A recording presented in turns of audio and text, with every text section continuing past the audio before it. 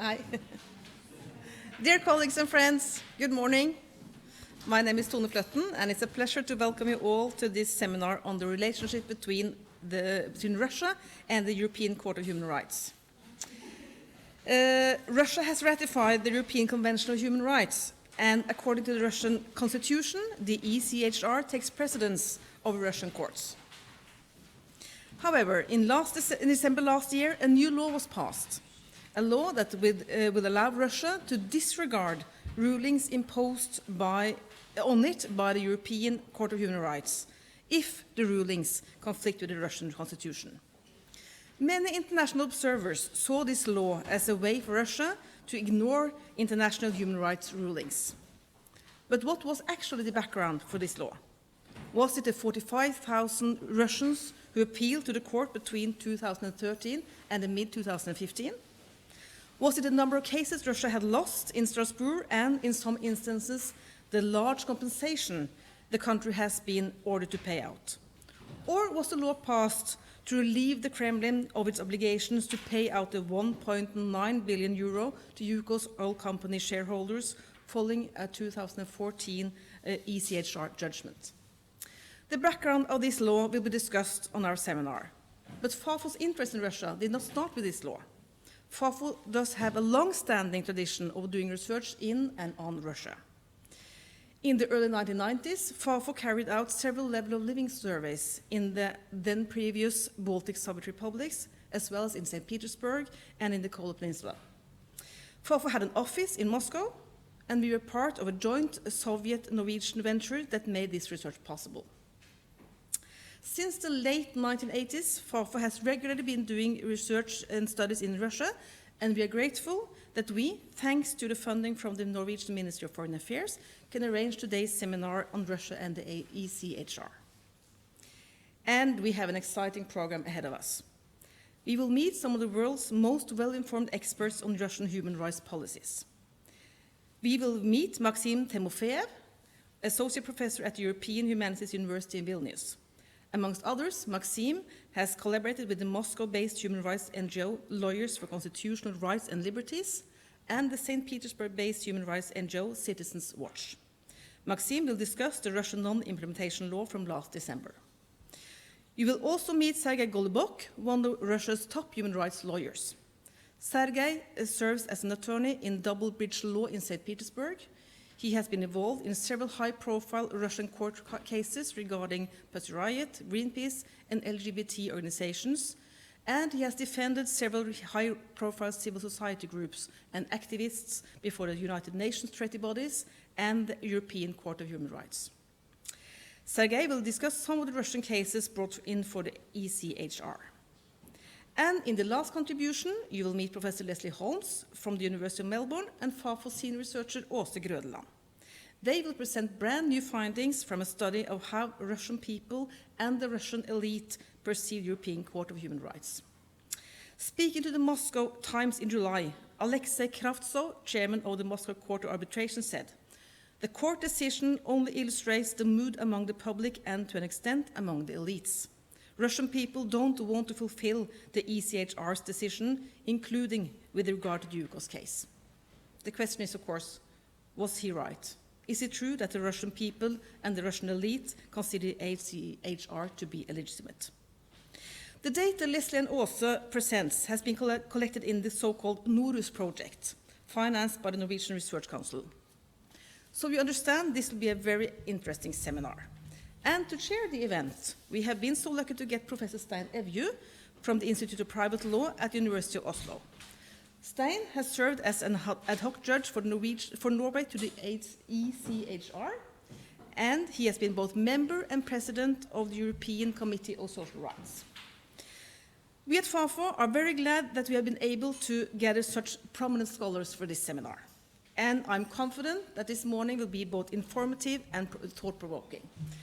A heartfelt welcome to you all once again, and the floor is yours, Stein.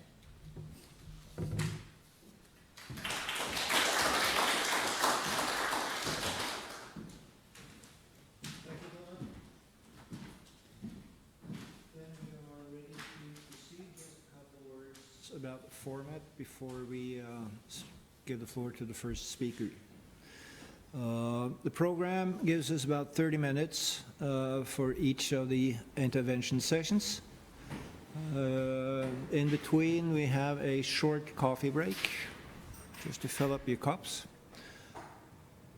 I'll give each of the speakers, or the pair of them, in the third session, about 25 minutes. Then we have some 5 minutes, short 5 minutes, for questions, for clarification, small matters of fact only. The general questions and the general debate will take at the end, when we start the panel discussion at 10 past 11, if we manage to keep the timetable. And the only housekeeping element to mention is that at the end, when we'll have a lunch at about 12 o'clock, about noon. So that's all I have to say at this stage, and I happily give the floor to Professor Timofeyev, please.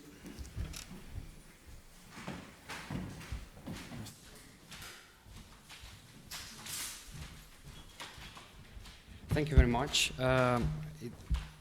Indeed, it sounds like an interesting seminar or conference. Myself, I'm a lawyer, and as you heard, Sergei is also a lawyer.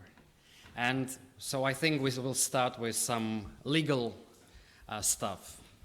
Yeah, this is the one. Thank you. And then it will be interesting to see how our views will maybe face the views of two other presenters. And it seems that our presentations will go from some narrow issue to more wide issues, which is also quite interesting, I think. Because I will talk about what I called Russian non-implementation law. And later on I will, will describe why, I will explain why I named it like this. This is quite a narrow topic, actually. It doesn't cover generally the issue of execution of judgments of the European Court of Human Rights. It doesn't even cover the issue of non-execution of judgments of the European Court of Human Rights. It just covers the very narrow topic of whether Russia thinks it is obliged to execute the judgments that, from the Russian perspective, contradict the Constitution, the constitutional text. This is a very narrow topic. Of course, it has wide implications, and that's what I will try to cover in my presentation. The presentation will be structured as follows. So first, I will talk about the steps towards the law, because the law was enacted, which are basically the amendments to the law on the Constitutional Court of Russia. So these amendments, they were enacted in 2015. Basically, it was December 2015. But before that, there were quite some steps that led to these amendments. Secondly, I will talk about the implementation of the law, putting the law to use, and it is the recent judgment, the April judgment of Russian Constitutional Court that was concerned with the constitutional ban on prisoner voting. And lastly, in my presentation, I will cover the possible repercussions, which, in my opinion, are negative.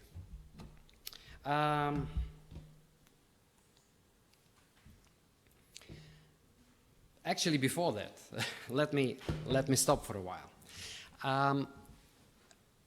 The law itself came into force in 2016. It was enacted by the Parliament in 2015. Now, it concerned the issue of the clash or the conflict between the constitutional norm and the judgment of the European Court of Human Rights.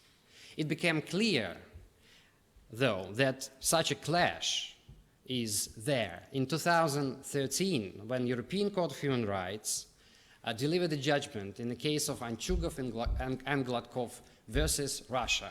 The case was about prisoner voting.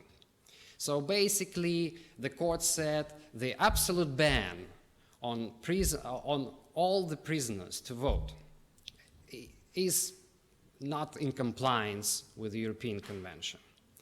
This ruling didn't come as a surprise because before that, earlier, European Court already delivered judgments in cases against United Kingdom and cases against Austria and cases against Italy, and they were all more or less clear that the absolute ban on prisoner voting contradicts the convention. Now, in 2013, the European Court of Human Rights delivered the same judgment again against Russia.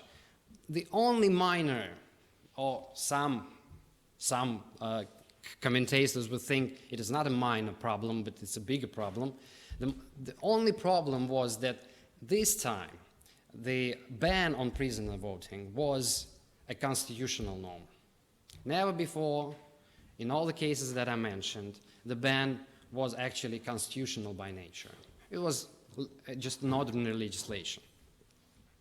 So in 2013, Russia faced the problem of execution of that judgment. Now, the question is, why is the gap? So why is the gap between the judgment and the moment when it became clear that there is a conflict between the judgment of the European Court and the Constitution of Russia and the law, 2015? So it's actually two years gap. Now, we can think, so maybe the gap is because Russia was thinking what is the best way to handle the issue, whether we should implement it, how we should implement it, and so forth. Maybe the reasons are not the reasons I just mentioned, because in 2014 there was another judgment against Russia, which was Yuka's judgment. And as it was already mentioned, the just satisfaction was 2 billion, I suppose, or around 2 billion euros, which is quite a sum. So maybe this brought this particular reaction to life. Now, of course, we don't really know, but these are the things to take into consideration, and there are also signs that Yuka's judgment might have influenced Russian authorities' reaction towards the European Court of Human Rights judgment. Okay, so the problem became, as I said, became clear in 2013. Then there was a sort of calm period of doing nothing. So Russia reported to the Council, to the Committee of Ministers of the Council of Europe, that we are not really ready to implement. We are kind of thinking about that. We held the conference on that issues, and many of the presenters expressed their views that this is problematic. We have constitution, and we have a judgment. From the perspective of implementation, there are problems, of course, because apart from just being a constitutional norm, this ban, this prohibition, is in the particular part of the Constitution with Chapter 2, and the Chapter 2 is not a chapter that easily amendable. So basically, if you want to amend Chapter 2 of Russian Constitution, so the Parliament should vote for the amendment. Then, if the vote is there, the Parliament dissolves, and there should be a new body, which is basically the body that has a constituent power to create a new constitution based on that principles, and then the new constitution should be put into force, either through referendum or through supermajority. So, of the same body. So basically it's a problematic in terms of practical, implementation issues, of course. The other problem is, of course, the value of the constitution and the fact that in Russia, for example, the constitution has a precedence over convention. Maybe not over. So the convention is definitely in the hierarchy of legal norms is higher than the ordinary legislation, but then constitution is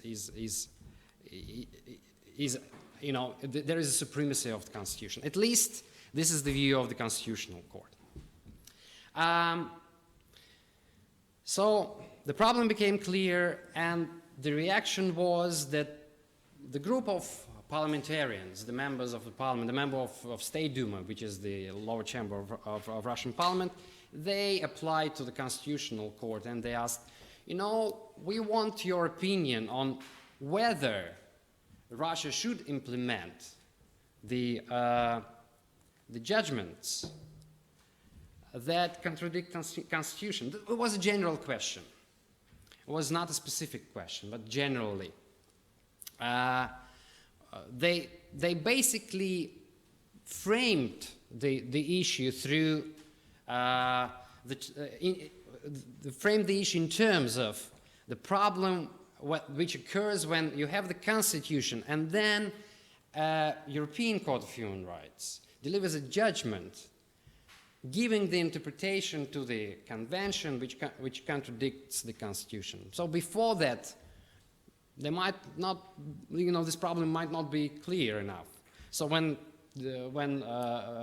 Russia joined the Council of Europe and when Russia signed and ratified the Convention, nobody actually thought that there might be a problem between the constitutional provision and the Convention, the way the European Court of Human Rights interpreted it.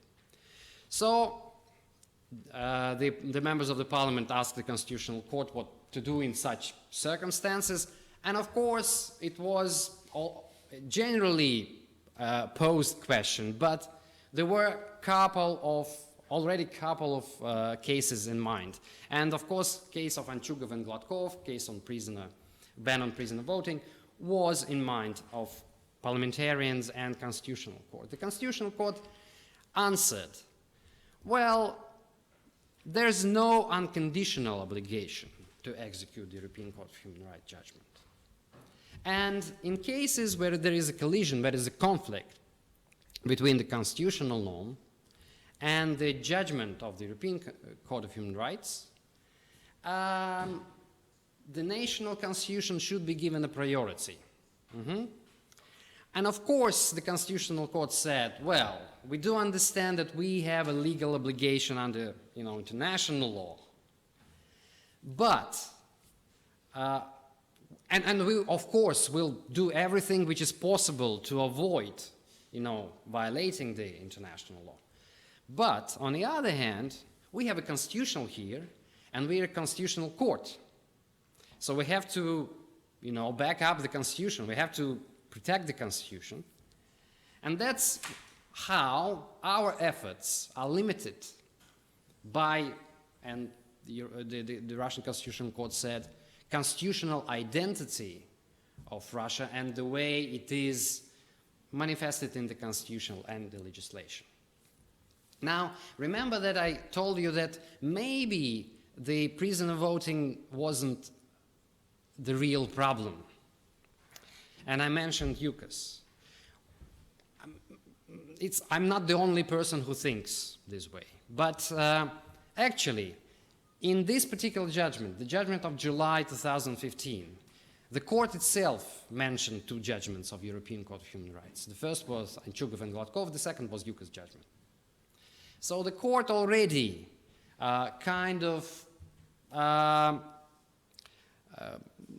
indicated the problematic areas.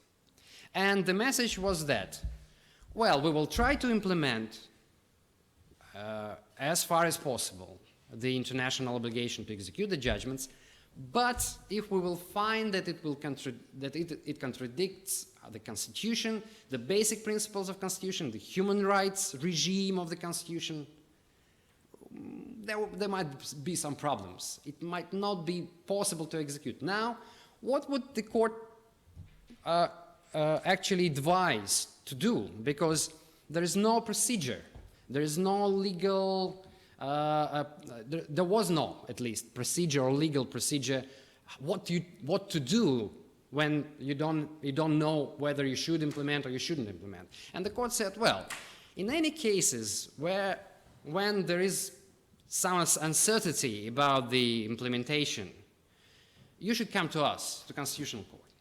So basically the Constitutional Court created its own powers in a way. So it said, all right, when there is a problem or where any state body of the Russian Federation thinks there is a problem with implementation, it should request our opinion.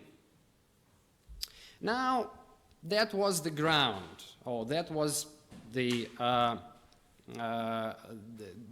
ground for the next amendment. So the law of December 2015 was basically, it followed the judgment of the Constitutional Court. It didn't come as a sort of legislative kind of revelation there. So the parliamentarians asked the Constitutional Court said, well, maybe yes, maybe not, so you should ask us. And the legislator said, okay, we need to pass the amendment now. And there was a new chapter that added to the law on the Constitutional Court that basically provided the court with these powers. But you see that the powers are a bit wider than in the judgment. Because in the judgment, they were talking about the European Court of Human Rights judgments and the implementation of European Court of Human Rights decision. Here, the law says, well, human rights tribunals or human rights bodies. So, for example, the treaty bodies will be included there. Human Rights Committee, for example, will be the body as well. So these powers that were actually given to the Constitutional Court by this amendment, they were a bit wider than the Constitutional Court envisaged earlier. So basically, this law gave the Ministry of Justice the right to request or to pose a question before the Constitutional Court whether the particular judgment or particular decision of the human rights body should or should not be, or rather may or may not be implemented. And the Ministry of Justice acted quite smoothly already in the end of winter, no, beginning of, it was March. So in the beginning of spring, the Minister of Justice requested the judgment, and the court was quite smooth to deliver it. They took really 1.5 months, and the judgment was there. The judgment of 19th of April 2016. This is quite an ambivalent judgment. When I was thinking about the judgment, this symbol came into mind quite naturally. Well, because I'm Russian myself, I have a passport, and on my passport I have this double-headed eagle, maybe because of that, but also because of the nature of the judgment. So it's a strange judgment. It has two messages. It has two parts, in two provisions. It has actually 3 provisions in operative part, but 2 provisions on general measures. And general measure would be, for example, changing the law or changing the constitution. So on general measures, this judgment has 2 provisions. The first one says, well, Anchugov and Gladkov judgment cannot be enforced. Why? Well, because there is a clear constitutional provision that says no prisoner has a right to vote. And there is a judgment that says, well, this provision actually in violation of the convention. So we see the conflict here. And we cannot do anything about the conflict. So it cannot be enforced. If I have time, then I will explain maybe in more detail the reasoning of the court. But the second message was different. It says, well, it can be enforced. First of all, it is already enforced. Why? Because the European Court of Human Rights made a mistake when they, when they assessed the Russian constitution and the Russian regime of prisoner voting. It's in fact not, the ban in fact not absolute. It's not a blanket ban. And secondly, the Russian legislator, the parliament, may make a trick which will make this ban even more enforceable than it was. So what is the trick? So the trick is that there are different regimes of solving there are different regimes of imprisonment. There are prisons, there are so-called correctional colonies, and there are so-called residential colonies. So the regime is different in terms of basically the limitations. So the prisons, they're more harsh on liberty, and then we have these residential colonies where prisoners are more relaxed than in other institutions. So the court said, well, because we cannot change the constitution, and the constitution is quite clear, what the legislator may do is that they may kind of reclassify these colonies, the residential colonies, as not being a sentence which is a prison sentence. If they do it, so somehow it will make them, disappear from the constitutional perspective, but they're still there for European Court of Human Rights, you see? So maybe it will be enough. So, but the Constitutional Court didn't oblige the Parliament to do that. They say they may do it. Why did they say it? Because the Constitutional Court actually thinks that the ban in Russia is not absolute. So, this is quite a problematic judgment in terms of methodology and in terms of logics, because one thing cannot be and can be enforceable. In these circumstances, the question is which message is, in fact, the major message. So the reaction of Council of Europe was quite, let's say, moderately optimistic. They said, well, we kind of understand the Constitutional Court of Russia, but we also welcome the judgment because they said that it is enforceable. So they basically, the Council of Europe institutions decided to somehow not to pay attention to the first part, or not to stress the first part. They focused on the second part. They said, well, it's a positive development, so let's try to work with this. Okay? And as far as I know, they will try to work with this. But the reaction of Council of Europe doesn't mean that this first part is not in place. It is there, and from my perspective, it is the main message. So the main message is, if we have a conflict which is between the Constitution and the European Court of Human Rights judgment, the Constitution prevails. And what is more important is that the Constitutional Court stated as a matter of principle that there is no unconditional enforcement of the judgment of the European Court of Human Rights. This is what matters. All these tricks with reclassifying, all these tricks with the European Court of Human Rights being basically mistaken about, assessing the regime of the ban in Russia, these are tricks. And from my perspective, and from the perspective, as far as I know, of my colleague over there, because we wrote the commentary on the judgment together, and I think in this particular sense we are in sync. What matters is the main principle. The main principle is that there are judgments that may not be enforced.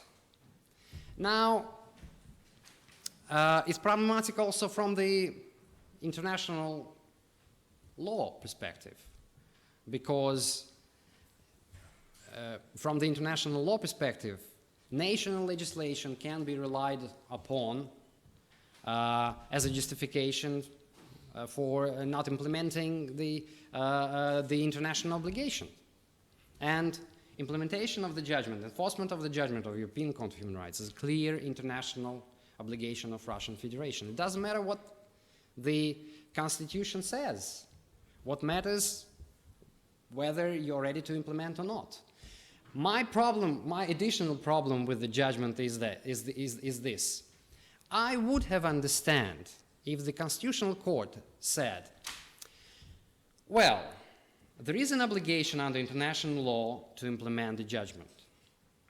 And in this particular case, we have two ways to do this. First way is to interpret the Constitution in harmony with the conventional principles and with the case law of the European Court of Human Rights. So we will try to interpret the ban as, for example, although it's an absolute ban in the Constitution, but it might give a parliament the right to make it less absolute, okay? This is the first route. And the second route is this judgment can be enforced through the constitutional change. I mean, it's not the easy way, but it can be enforced. So as a matter of principle, I would have understood if the court would say, okay, it should be enforced, it can be enforced through constitutional change. And as a constitutional court, we cannot do anything here. This is a political power issue. This is for the legislator to decide first, and then it's for the population of Russia to vote for it, because it's a constitution, and the constitution, as it is enforced because it was voted by Russian citizens. So then there would have been no general message of non-implementation. The general message would have been, we should implement, we have an obligation, and we will implement, but there is only one way, which is, for example, the constitutional change, and the Constitutional Court, unfortunately, cannot do anything here. So we have to pass this thing to the parliament and to the populace. So the repercussions. I mean, it's quite a simple slide here. So internal repercussions and external repercussions. Internal for Russia. All of them are negative from my perspective. The main internals, and they're negative because of this first message. I think that internally the judgment is considered to be quite a clear message of non-implementation. And I think it is understood that it's not only about constitution. You see, basically, if there is no unconditional enforcement of judgments, so maybe Now it's constitutional provision, then we might find some legal provisions. I mean, the provision in ordinary legislation, which we don't want to implement. Why? Because again, the constitutional identity may manifest itself not only in constitution, but also in ordinary legislation. So the general message is bad. External. Again, because of this general message, it undermines the convention system, because the convention system is based on subsidiarity principle and on the principle of, states being bona fide states. Because the states are they're obliged to implement the judgments, and they're obliged to keep up with international obligations. And it's dangerous because Russia gives a sort of example, or sets a sort of example for other states. For states like, for example, Azerbaijan, for states like Turkey, for states like United Kingdom, they would now say, okay, if Russia doesn't want to implement, maybe we shouldn't implement. Maybe we should think about our constitutional norms and the way we kind of handling the issue of conflict between national law and international obligations. Thank you. Thank you very much.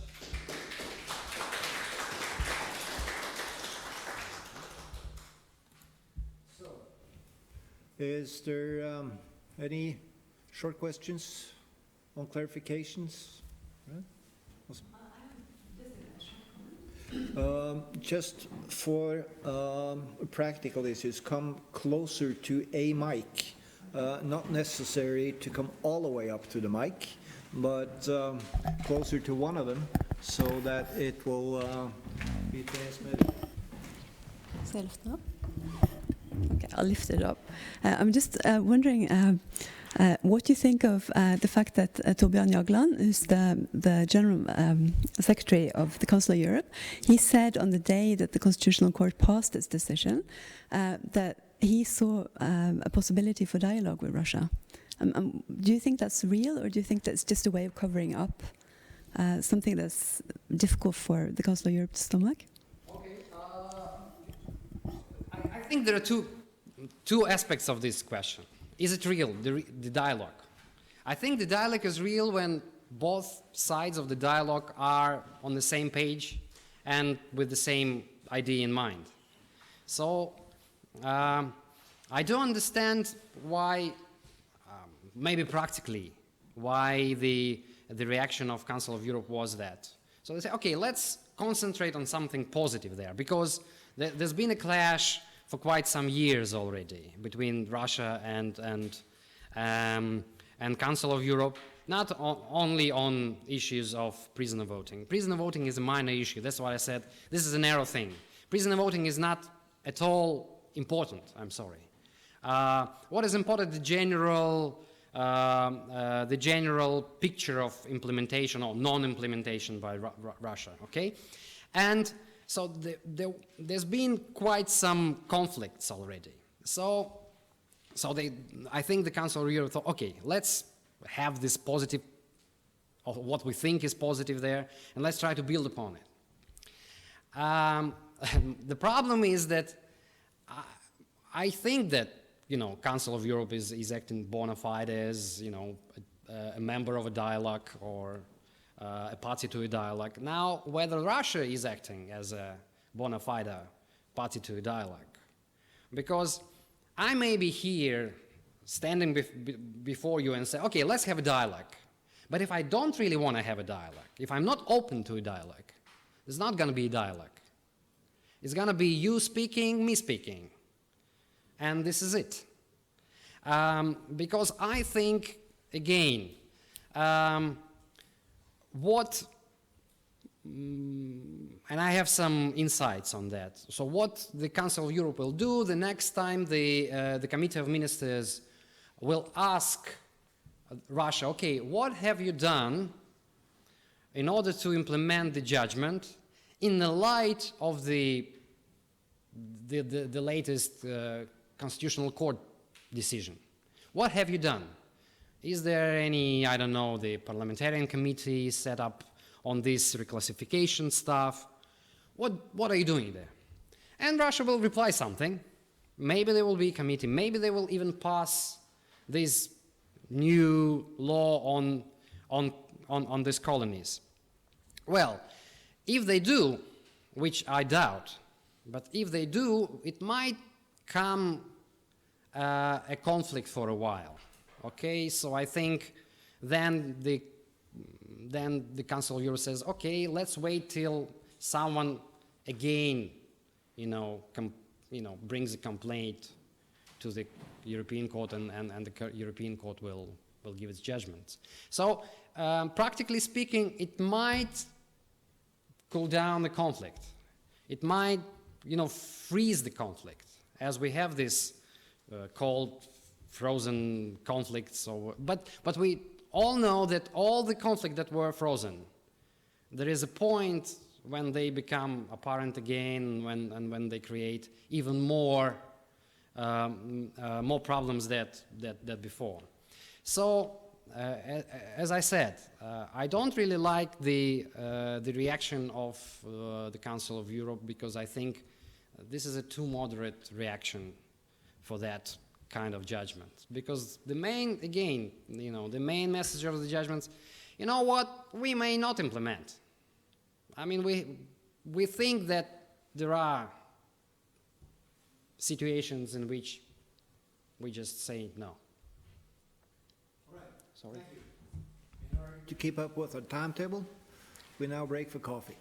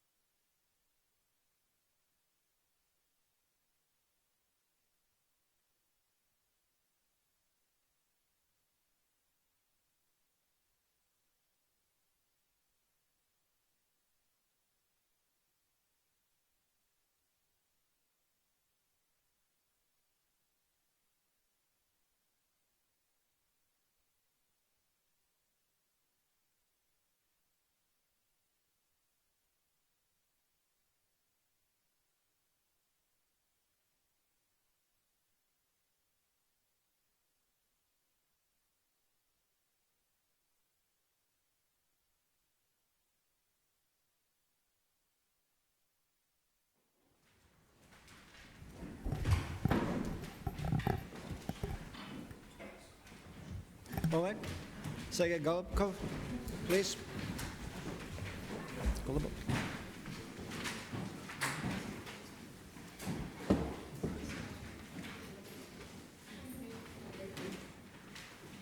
Thank you very much. I think I'll start with the 2 points that were mentioned by Maxim.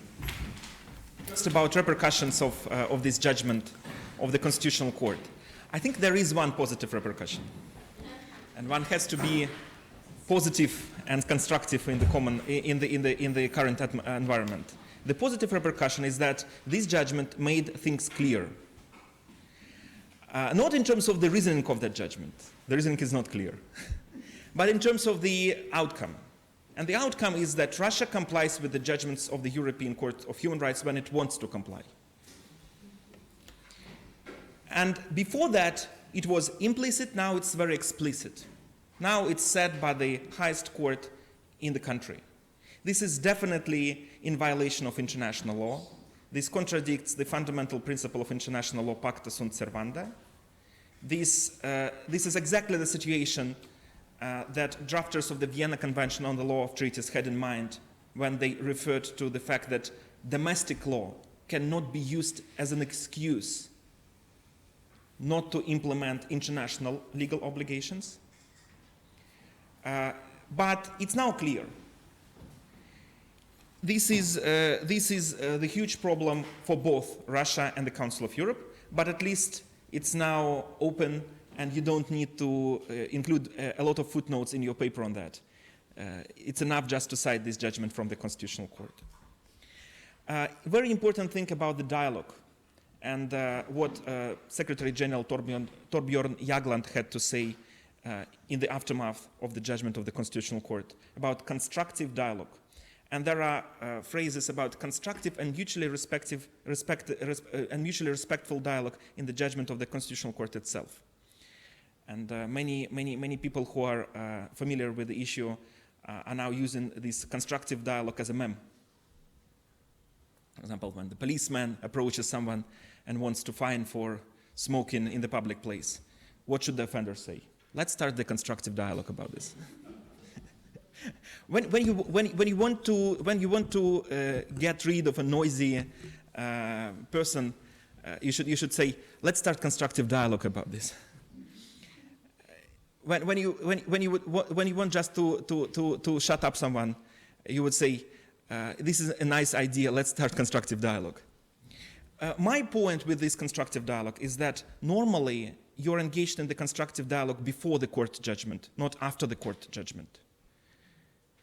Russia had the ample opportunity to submit its arguments to the European Court of Human Rights in this particular case of prisoners voting before the judgment was rendered. After the judgment is rendered, the dialogue should be about the modalities of execution of the judgment. And in the Convention on Human Rights, this authority belongs to the Committee of Ministers of the Council of Europe, not to the Secretary General of the Council of Europe. And in terms of different points of views about how to implement this or that particular judgment of the European Court of Human Rights, the Convention provides for the so-called infringement proceedings. The Committee of Ministers can, by a majority of 2/3, so there is no consensus required, can submit a request to the court whether the measures taken by the respondent state are sufficient or not to find that the judgment of the European Court of Human Rights in question was actually executed.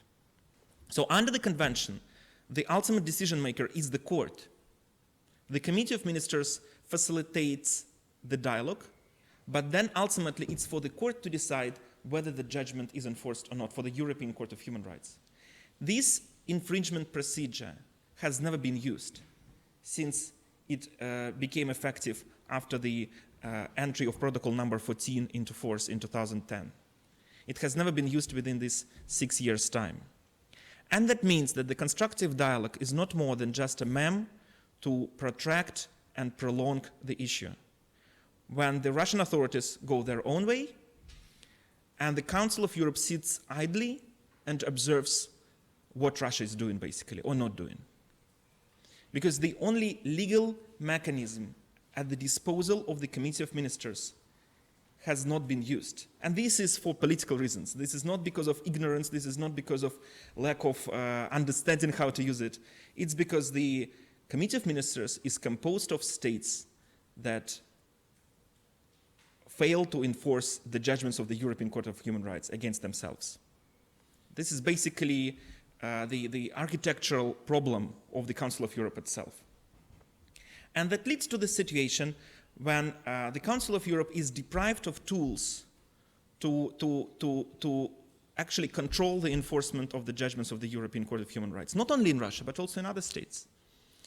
And it's not coincidence that the Russian authorities chose the issue of voting rights, of prisoners' voting rights, for this first judgment of the Russian Constitutional Court, because they can refer in the public discussion to the example of the United Kingdom with their failure to enforce Hearst versus the United Kingdom No. 2 judgment, when the House of Commons held a debate several years ago and explicitly refused to give effect to the judgment of the Strasbourg Court.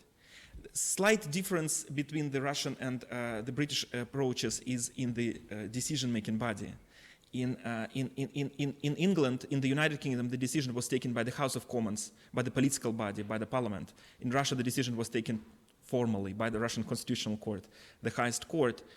And it's less prudent for the court to disregard Vienna Convention on the Law of Treaties than for the parliament. However, the end result for the Council of Europe and for the European Convention system is the same. It's basically up to the good faith of the individual states whether to give effect to the judgments or not. And I don't think there is a huge problem in that, because after all, the whole system was based on the good faith. From the very beginning, from Winston Churchill, from René Cassin, it was the idea that European states gathered together with a good faith commitment to harmonize their legal systems and to prevent human rights violations. If this good faith is absent, there is no point in the system at all. This is the problem for individual states, but this is also the problem for the system. So the constructive dialogue will be definitely ongoing. I don't think it will have any material effect on the ground. And my point, or the point of my presentation, will be about the lack of enforcement of judgments of the European Court of Human Rights in other areas. Maxime was, in my opinion, clear enough to emphasize again and again that the prisoners' voting rights is just one example. An example where the perceived or actual clash between the Constitution and the European Convention on Human Rights exists. This clash between Constitution and the European Convention is something that makes constitutional scholars busy. It's fascinating to discuss the supremacy of the Constitution, the supremacy of the European Convention. British scholars are definitely deprived because they don't have the Constitution. Norwegian scholars should be very proud of themselves because their constitution is old constitution, 202 years old. And this is something to be proud of. And I don't think the argument that Norwegian constitution lacks supremacy in comparison with the European Convention on Human Rights will go well here in Norway.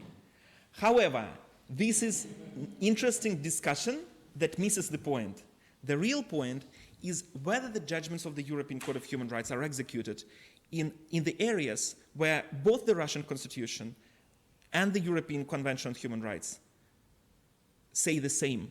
For example, prohibition of torture, prohibition of involuntary disappearances, prohibition of inhuman conditions of detention.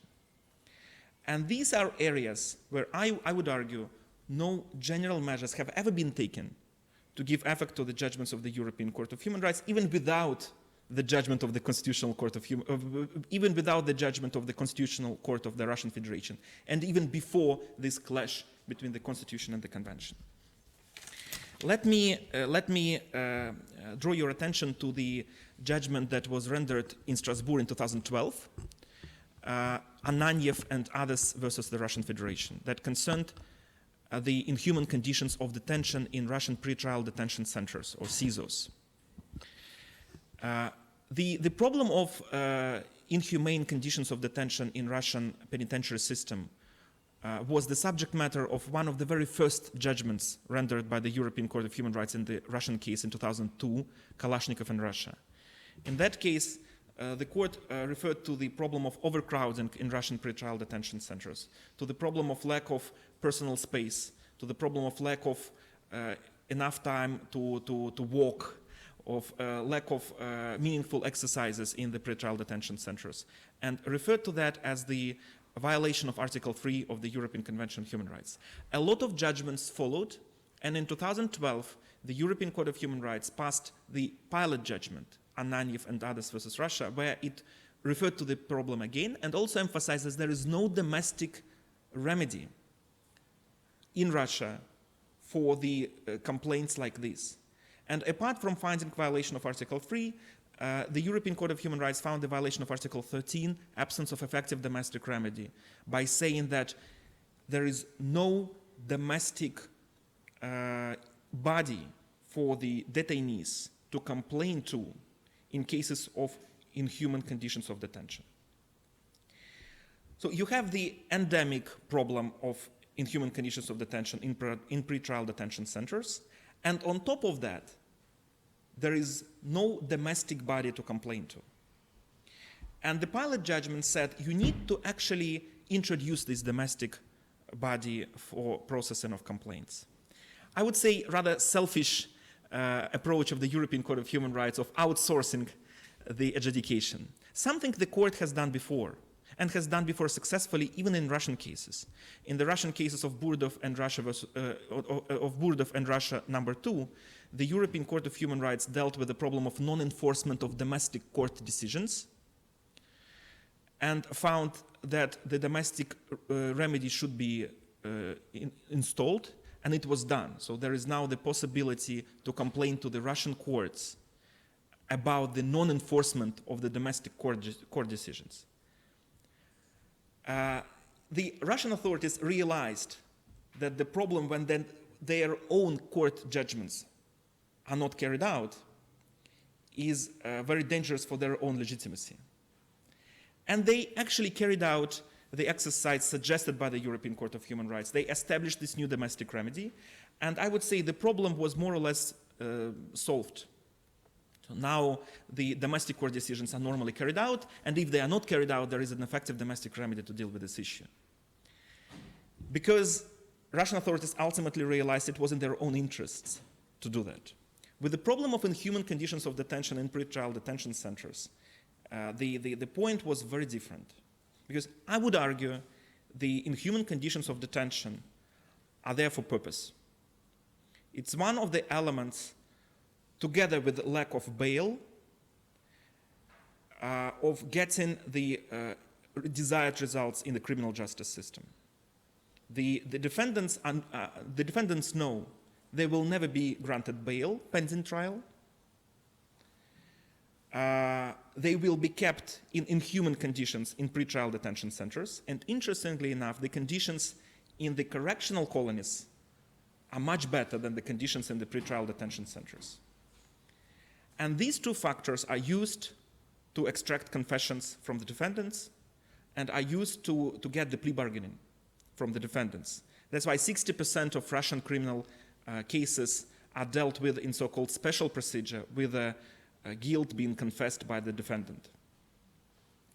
Inhuman conditions of detention are there as the important element to pressurize the defendants into confession.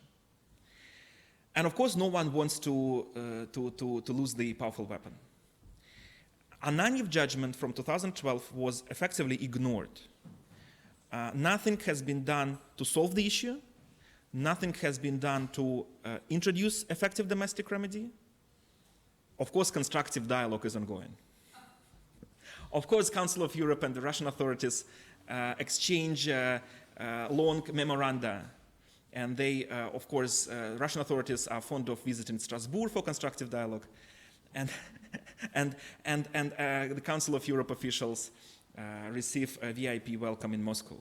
This is their constructive dialogue, paid by taxpayers, including by Norwegian taxpayers, because Council of Europe pays for part of this. But the end result, there is no tangible measure for the implementation of the Ananyev judgment. Although this is basically the technical issue, because there is nothing constitutional in this area. The only thing that Ananyev judgment says, you need to introduce domestic remedy. It's not even about amelioration of conditions in detention. It's at least, as the first step, about introduction of the domestic remedy for those who find themselves in appalling conditions of detention, to be able to complain to the domestic authority rather than Strasbourg, apparently to make this procedure faster than in Strasbourg. This has not been done. Another issue where the European Court of Human Rights also found not only the substantial violation of Article 3, but also the violation of Article 13, the right to effective domestic remedy, is the issue of medical assistance in pretrial detention centers. And this is much more important than just conditions of detention. I would refer to the well-known case of Sergei Magnitsky, and I think it's very well known outside of Russia, although it has never been dealt by the European Court of Human Rights, interestingly. And this is another point that European Court of Human Rights loses its exclusive status of the forum to discuss human rights violations. Nadia Savchenko's case has never made it to the European Court of Human Rights. And even more so, defense attorneys for Nadia Savchenko made a very explicit decision not to appeal against the judgment of the first instance court in Russia, and thus not to exhaust domestic remedies in order to go to the European Court of Human Rights. So they basically waived their right to complain to the European Court of Human Rights because they had no faith. And they decided, and time shows it was the right decision, they decided to go for the political settlement, for the bilateral talks, and that gave the positive outcome. So the point was, they decided not to go to the European Court of Human Rights because they knew it would not be effective enough.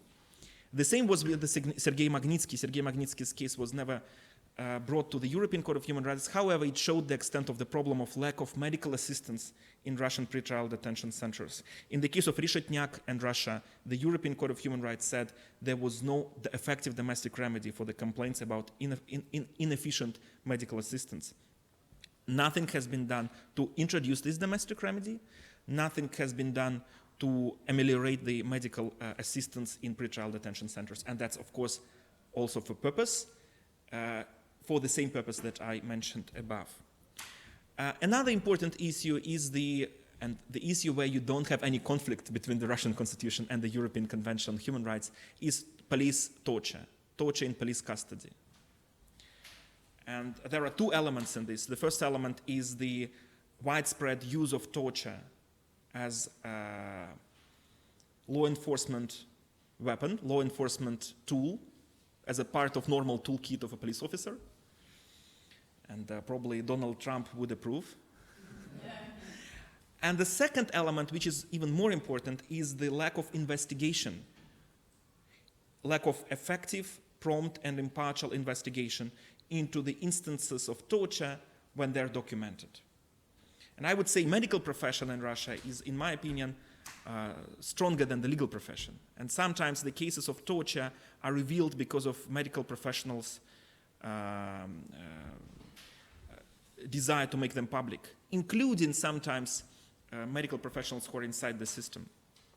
So sometimes you have the proof of, or at least the prima facie proof of torture.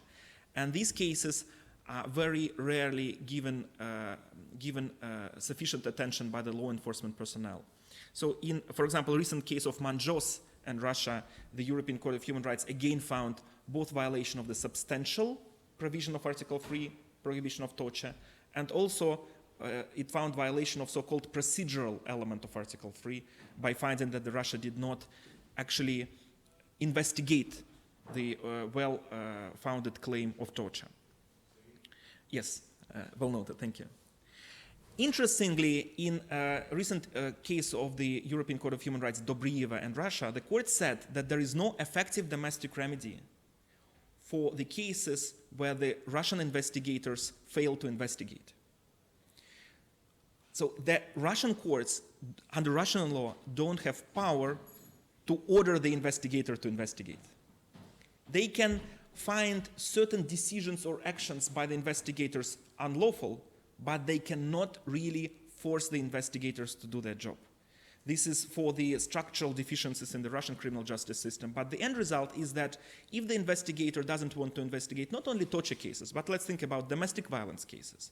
Let's think about hate crimes, and etc., etc. There is murder of Boris Nemtsov. There is no domestic remedy to use for the victims to effectively complain against the inaction of the investigators. And the judgment I just cited, Dobrieva in Russia, concerned with disappearance of Ingush family in St. Petersburg. It was very Chechen-type investigation, Chechen-type disappearance, something that used to happen in Chechnya in 2001, 2002, but it happened in 2011 in St. Petersburg. Apparently, the Ingush family was followed by people who wanted to make them disappear from the North Caucasus. And in the end, the disappearance happened in St. Petersburg, but no effective investigation took place. So the point is, setting all these niceties about constitution and convention aside, you have hardcore, I would say, human rights issues, Article 3 violations, when no measures to implement the judgments of the European Court of Human Rights have taken place.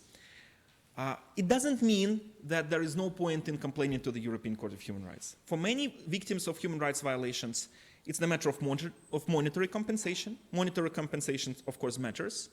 And it's also the matter of acknowledgement that the human rights violations did take place. Apart from that, I would say it's also important for legal development in Russia, because these judgments provide authoritative statements of deficiencies in the Russian criminal justice system, in Russian legal system in general.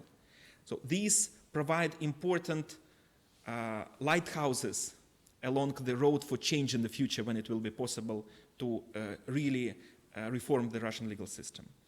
However, as of now, they are deprived of real positive effect on the ground, with the exception of the situations when Russian authorities actually want to have them implemented for their own purposes. Thank you. Thank you very much.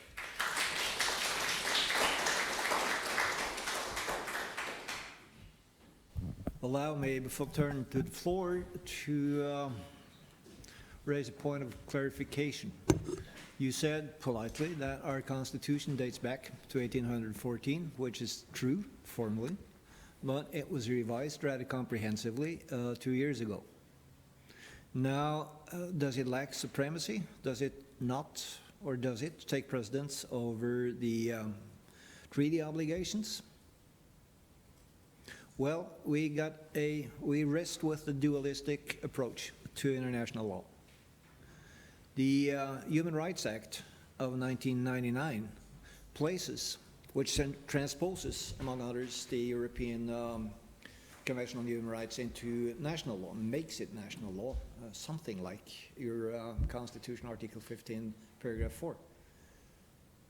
Places that international treaty and others on a, we call it quasi or semi-constitutional level. So in the Norwegian system, in principle, the Constitution takes precedence. Now, whether it still does, under the revised Constitution, in section or Article 92, that is a very interesting question.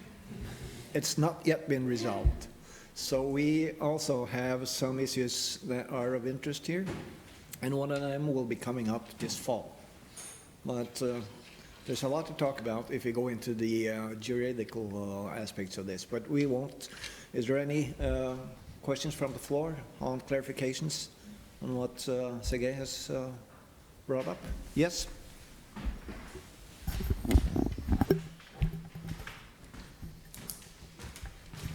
I'll just say for the record, these mics are transmitting to the streaming of the conference, but they are not for the auditorium. So when you want to address the auditorium as well, please speak out loud.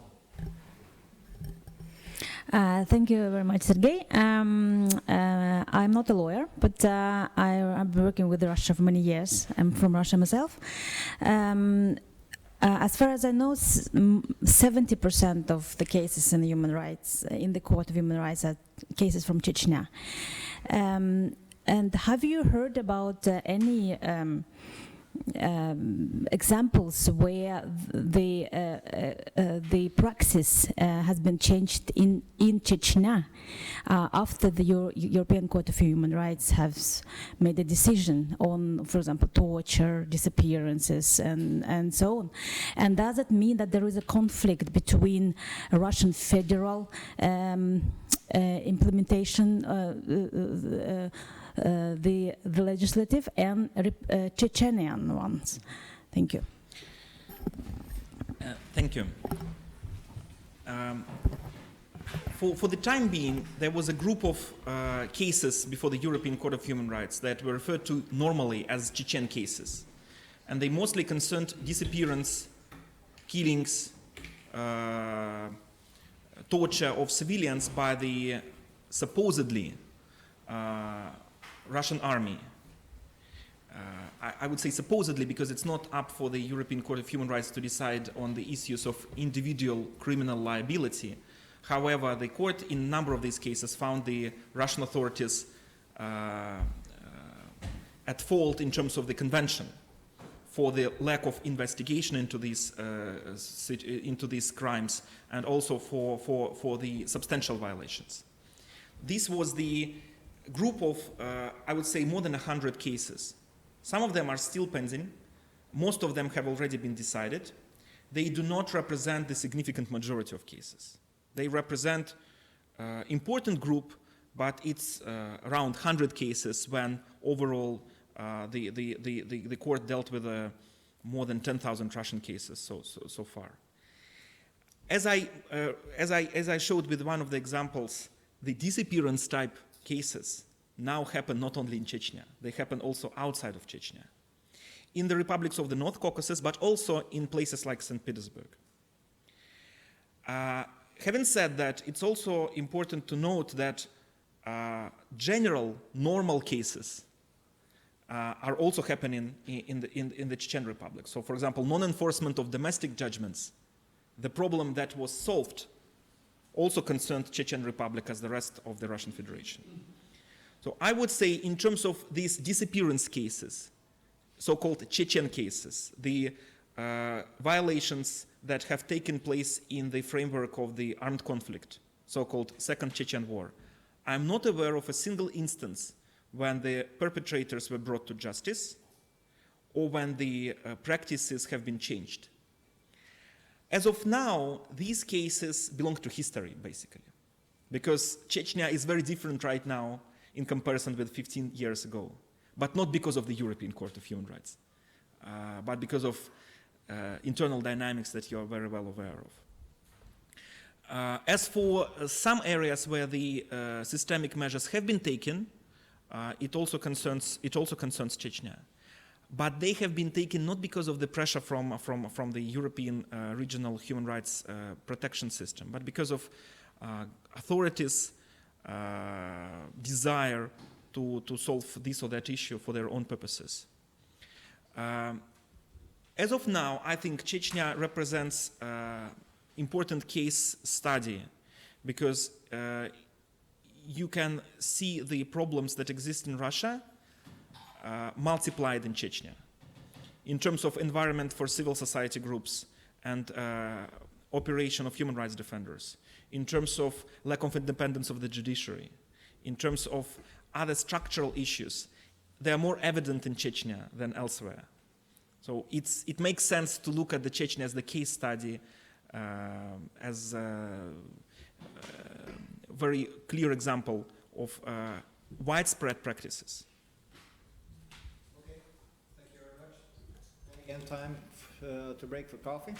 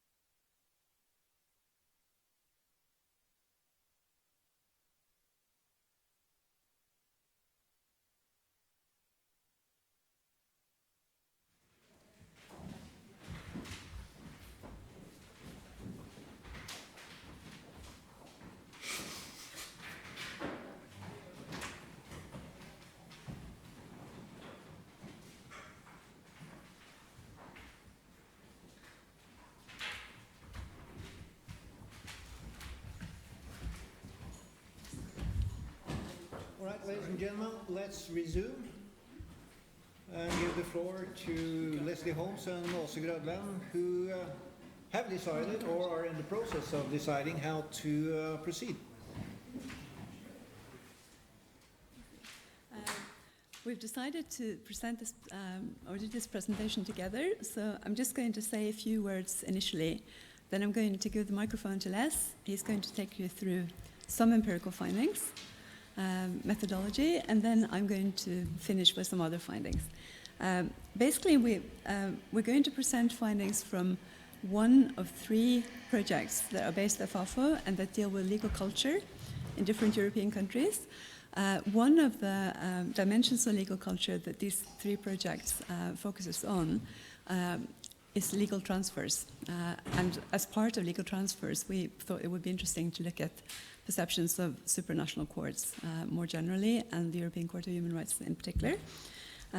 In this presentation, we're going to try to address 3 different questions. The first one is just to try to establish how do ordinary citizens, how do elites in various parts of Russia sort of perceive supranational courts more generally and the European Court of Human Rights. Are their views influenced by official positions, particularly towards the European Court of Human Rights? Are their views influenced by the tense, if I could use that term, relationship between Russia and the West at the moment? Are there other sort of factors that influence the way they perceive these courts? And also, and perhaps even more importantly, are their views towards such courts based on normative considerations or purely instrumental considerations? That is, do people believe that the European Court of Human Rights and other supranational courts have value in themselves?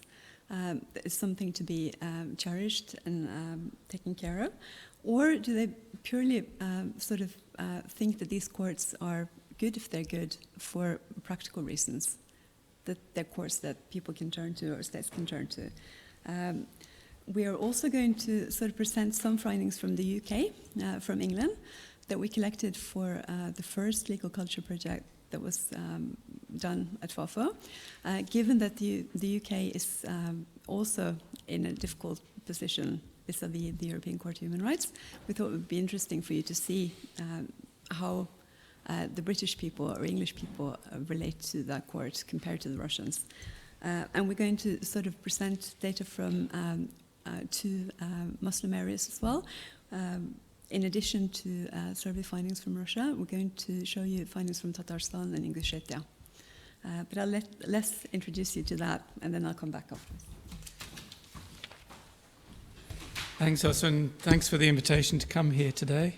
I'm hoping that the Norwegians here will be able to change the weather this afternoon when Åse said we might go and have a look around.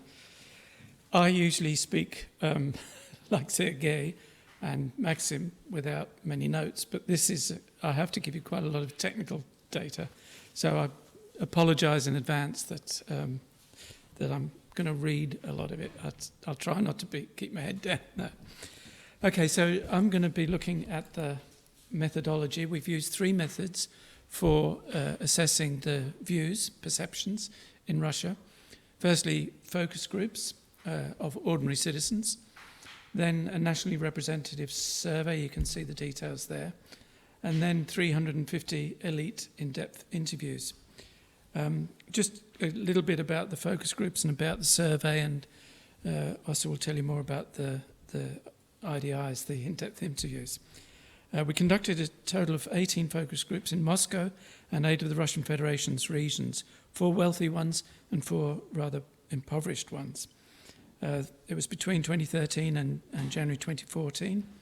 In Moscow, one was with higher educated respondents and one with lower educated. Within each region, we conducted 1 focus group in a large city and 1 in a small village.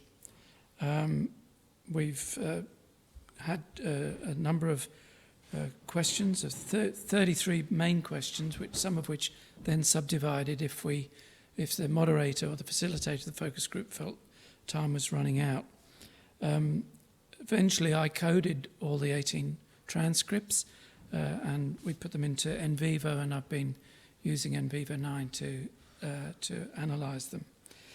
The focus groups are useful because they provide discussions between several people. They're rather different. I'm sure many people in the room have either conducted them themselves or used them, covering several aspects of the issue.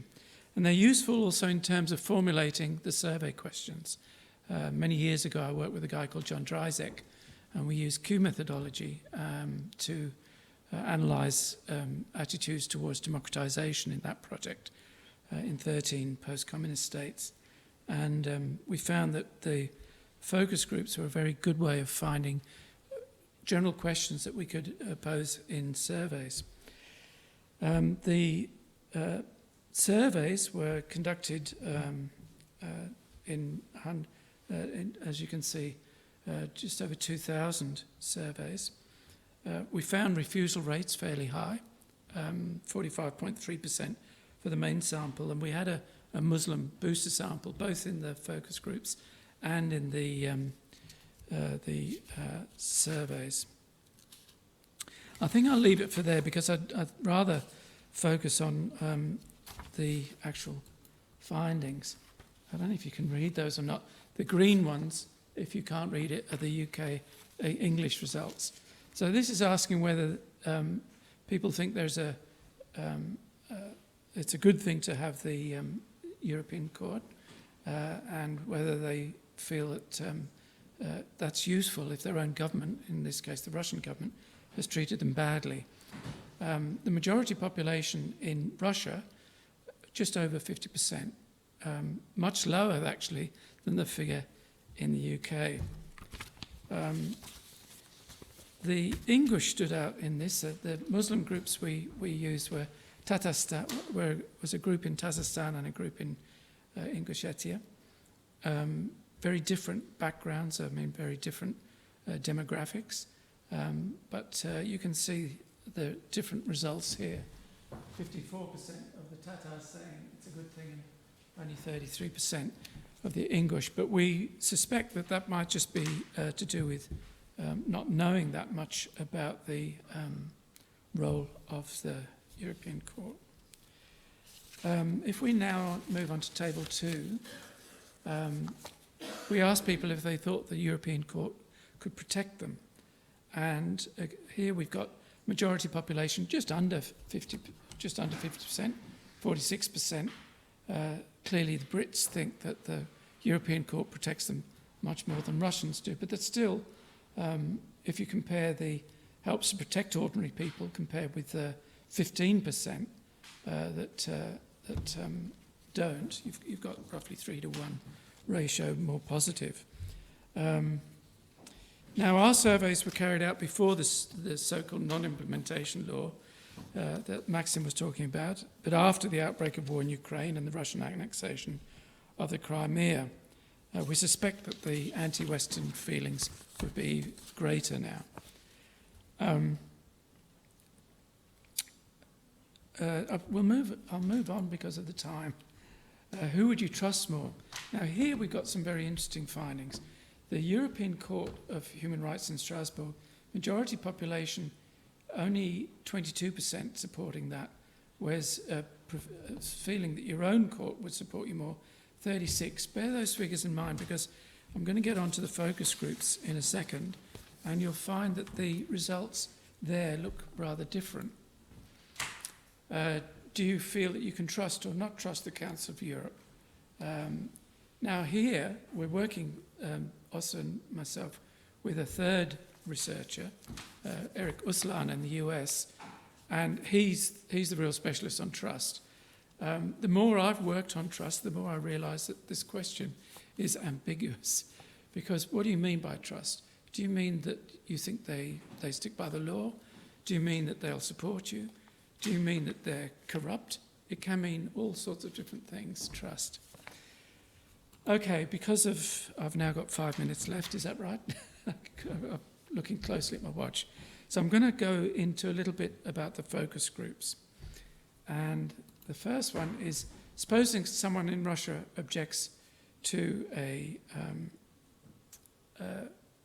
No, this is the, sorry.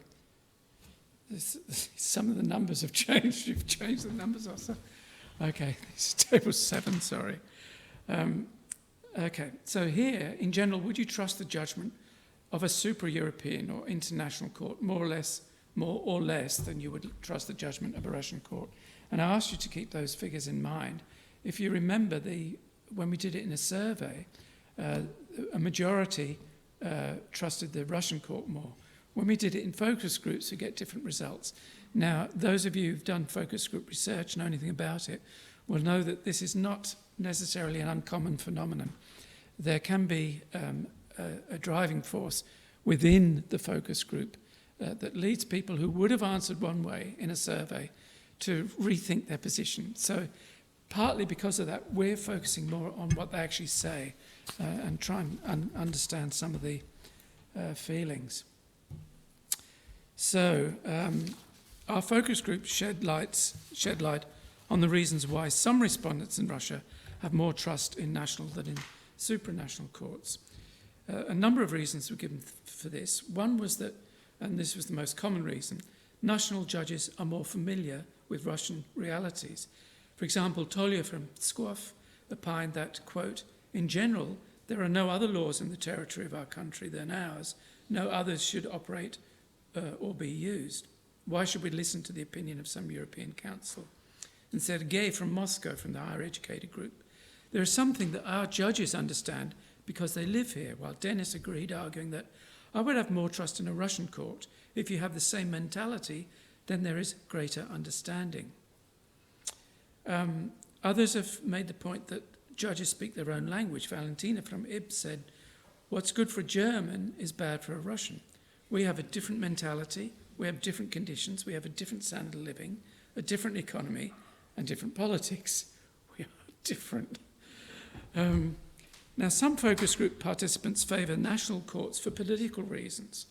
Supranational courts are viewed as tools for the West, as agents that are very biased. Lyudmila from Pyatigorsk said this, if we even think of Yugoslavia, what a tragedy was created for the Yugoslav people. There, it was precisely the European court that was largely to blame. And Lyudmila's fellow focus group participant, Alexei, said, the European court's view is very prejudiced with regard to some very important issues that were happening here in Russia during the 1990s. Some extremely controversial, to put it mildly, decisions were taken with respect to some of these issues. So I'd rather a European court than a Russian. On the other hand, a lot of the Russian focus group respondents or participants said that they saw international judges as more honest, less corrupt, better educated and well-versed in the law. Bashir from Mikazheva said, the European, because of its neutrality, I trust them. This is not possible in a Russian court. You try to get the truth, but you get denied at every turn. So people turn to the European court. It's an independent, he actually said country, strana, but of course, European court's not a, sorry? Oh, okay, thanks. Oh, that's perfect, actually. Elena from YAM was quite open in her assessment. Ours are corrupt anyway, highly corrupt, a point that was endorsed by Gulya from Moscow, from the lower educated group. There's more trust in the international court because there's less bribery. But let's now focus explicitly on the Russian group's attitudes towards the European Court of Human Rights specifically, not just supranational courts, as distinct from foreign courts generally. We asked this question, I should have explained, sorry, how these tables are structured. Sources asked, there are 18 focus groups, but not all the questions or the prompts were given. So for this particular one, 14 of the groups discussed this topic. In 12 of those 14, there were people who said there were relevance. The number of participants is the number of people speaking on this issue, and then the percentage is the number of participants as a percentage of the total. Anyway, so does the European Court of Human Rights have any relevance for Russians? 53% said it did. 18%, so less than a fifth, said it didn't. And then there were small numbers saying a mix of above. but about a quarter of the participants actually not really very clear as to whether it was relevant or not. Whether they considered it relevant was often a matter of whether they thought they could actually get anything done. A lot of them mentioned how long it takes for decisions to be made by the European Court. That was one factor. And another factor was how expensive it was. You know, we have to get solicitors and so on and so forth. But on the other hand, some, and this resonates with what we've already heard, some felt at least the principle was good. Even if it took 10 years to get a decision, it was nice to know that someone somewhere was treating you fairly and was recognising your human rights. Along similar lines, Vlad from Pskov said a decision of the European Court would be to the advantage of the individual, not the state. Among those who didn't see the European Court as being relevant to Russia, a common theme was that the court's judgments didn't apply to Russia.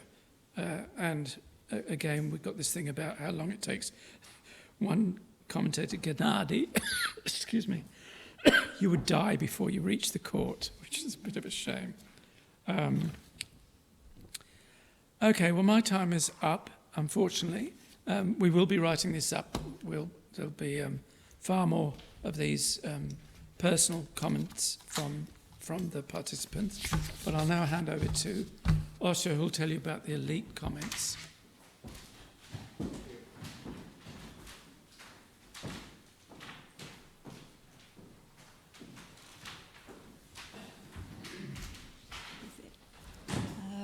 I should probably explain to you how these in-depth interviews were done before I start presenting findings.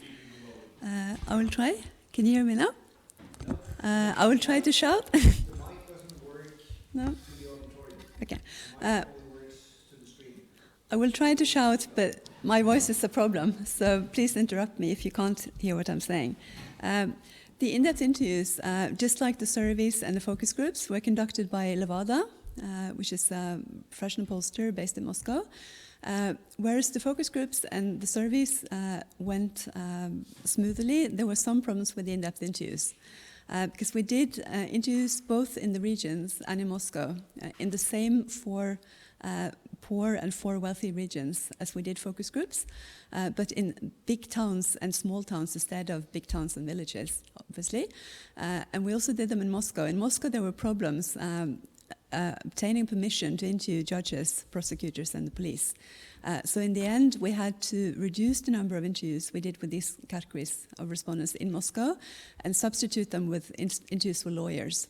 There's also one other thing I should make you aware of, and that is that those interviews that were conducted after the non-implementation law was passed in December 2015, and after the ruling of the Constitutional Court in April 2016, were conducted in Moscow, mostly. And all the interviews that were conducted after April were conducted with lawyers. So that's something to bear in mind.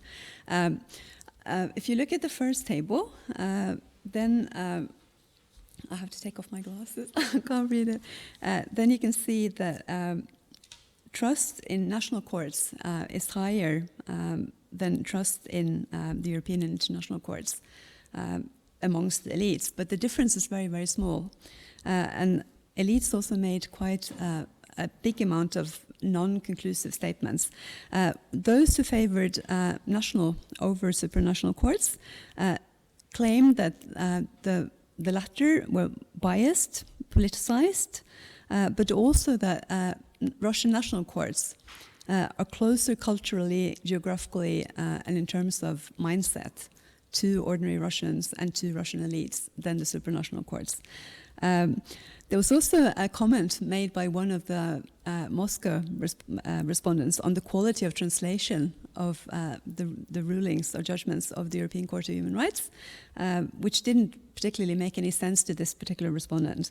And one judge in one of the poor regions commented that, as a rule, it was the federal judges and the judges of the Constitutional Court in Russia that actually deal with international law.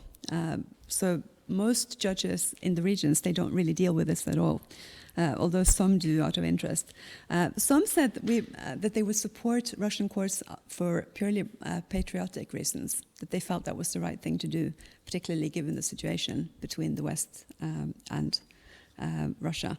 Those who favored European and international courts, on the other hand, they partly argued that, for instance, the European Court of Human Rights is a higher instance court than Russian courts, and therefore it should be endorsed. But they also expressed discontent with national courts. They were not happy with bias in Russian courts.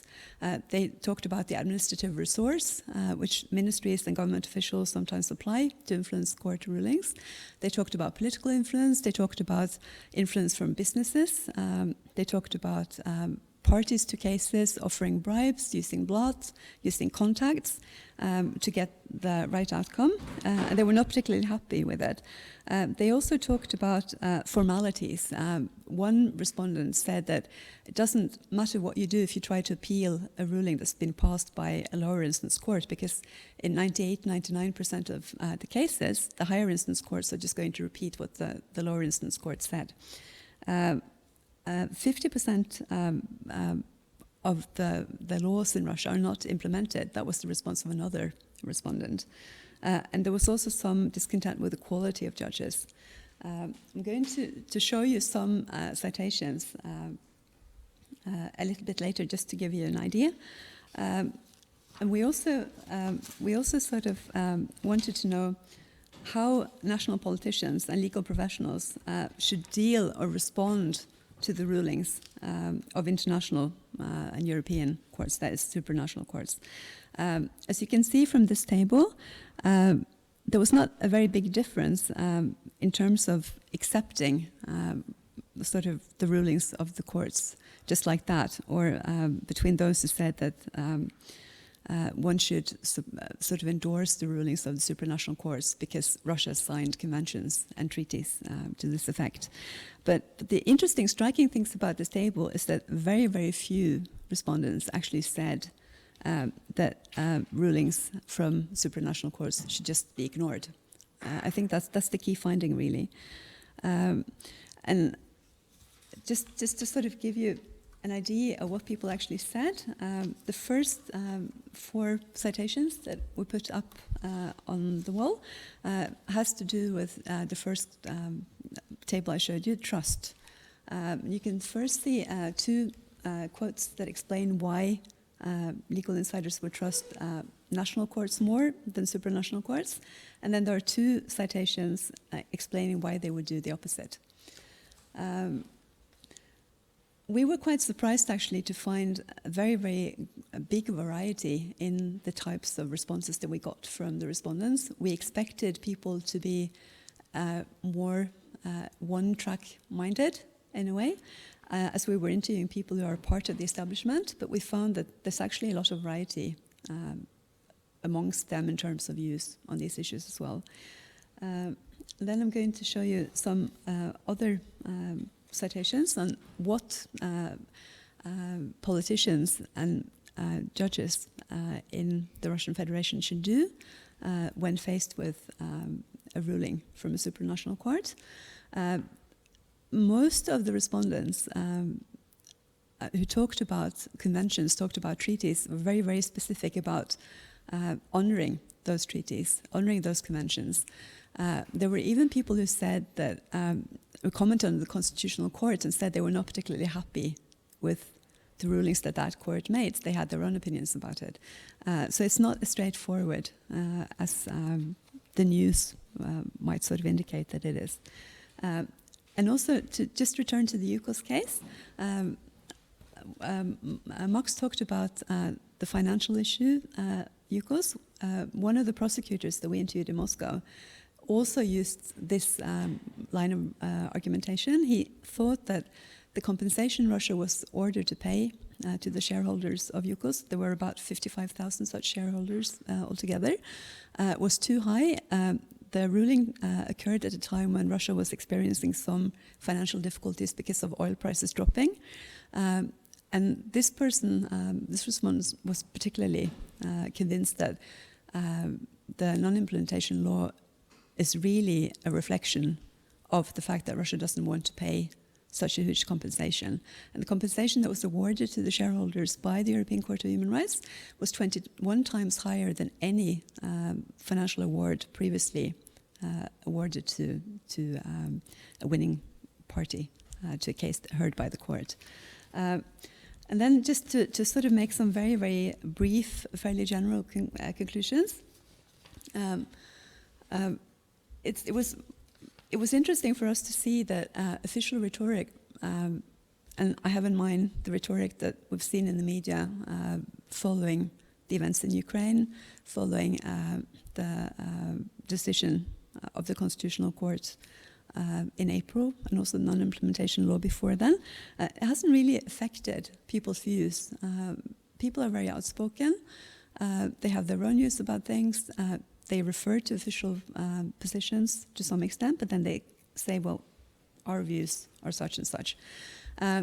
It's also very interesting to see that in some of these tables that Les showed to you, Russia is actually more, or Russians are more positively disposed towards supranational courts than the English are. In other instances, the English are slightly more positive. So it means that the fact that Russians have some misgivings about the European Court of Human Rights is not something unique. You find such misgivings in other countries that have endorsed the court, have signed the convention as well. And then normative versus instrumental considerations. For the first project that we did on legal culture, we found that legal insiders, which we defined as judges, prosecutors, lawyers, elected representatives, government officials, and police, but in this project we also have university teachers or law, that they primarily supported the European Court of Human Rights for practical, instrumental reasons. They thought that national courts were not sufficiently good, so it was good for ordinary citizens to be able to turn to the supranational courts.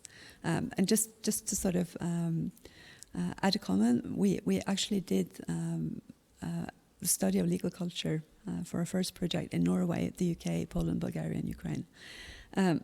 But the interesting thing about the Russians is that although they also have instrumental reasons for supporting the European Court of Human Rights and other supranational courts, there's also a normative element involved.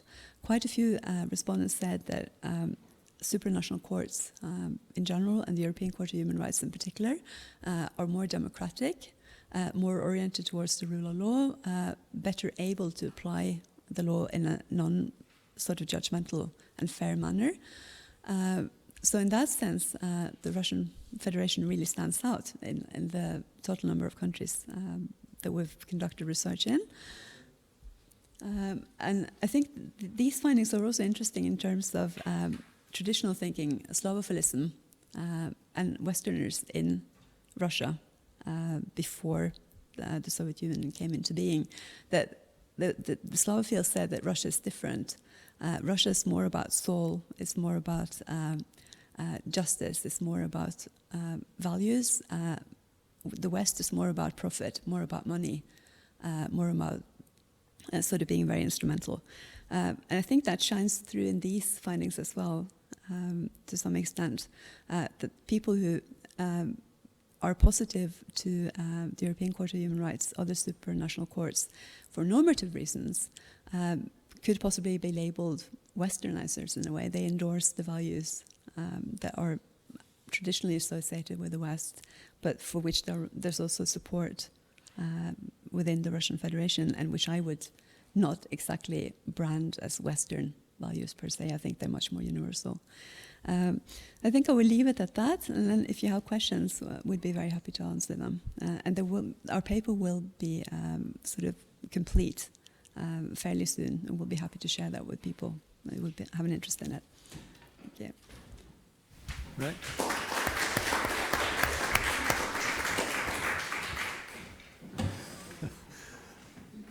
Well, thank you again.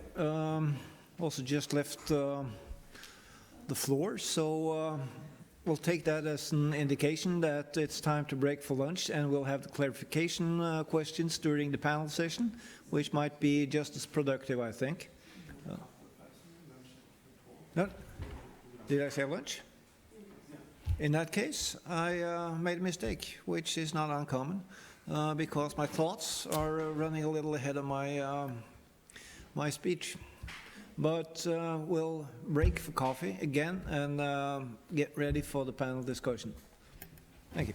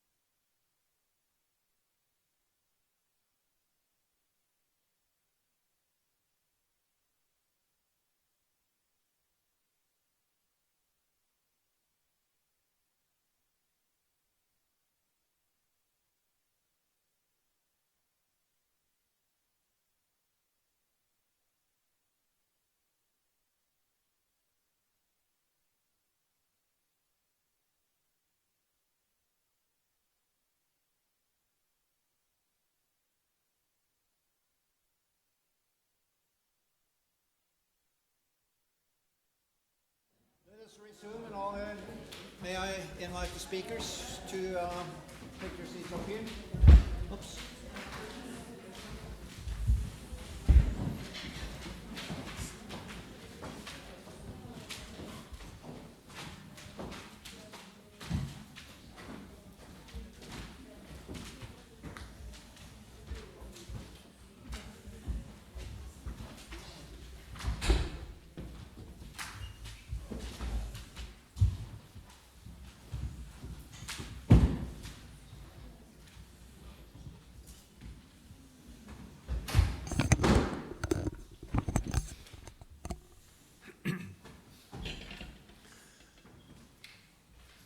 So let us proceed. In agreement with the presenters, we'll do it the following way. I will not give the floor to the speakers as we start, but we'll pick up questions as we go along from the floor, and then the speakers will round that off, gather up the questions, and have time at the end to give their responses and final comments. So I'll just trigger it off with a couple of short, I hope, questions. Do it on the legalistic part of the sessions at first. Max and Sergei both reminded us that the Russian situation, the Russian Constitutional Court, is not the only one that has desisted from implementing decisions by the European Court. On the contrary, we have the situation in the UK and also in Turkey, even it's not on the constitutional level, but there are many others in different settings. Turkey, it's a difficult country.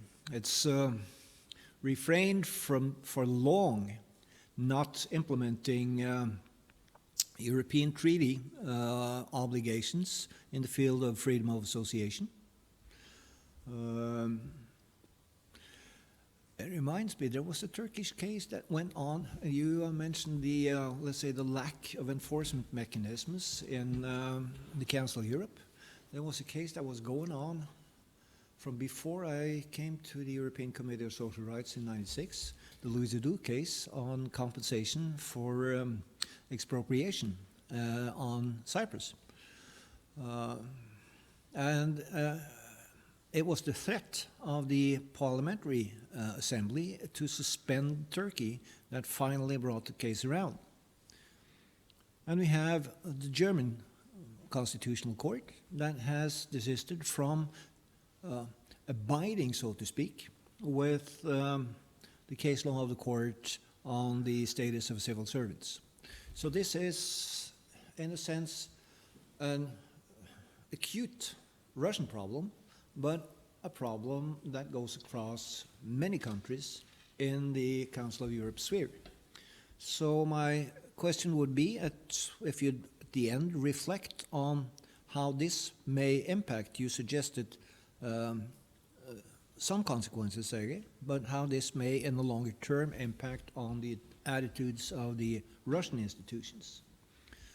On the other side, I was intrigued to hear that local judges in Russia, according to your surveys, refer, so to speak, the matters of international law to higher levels.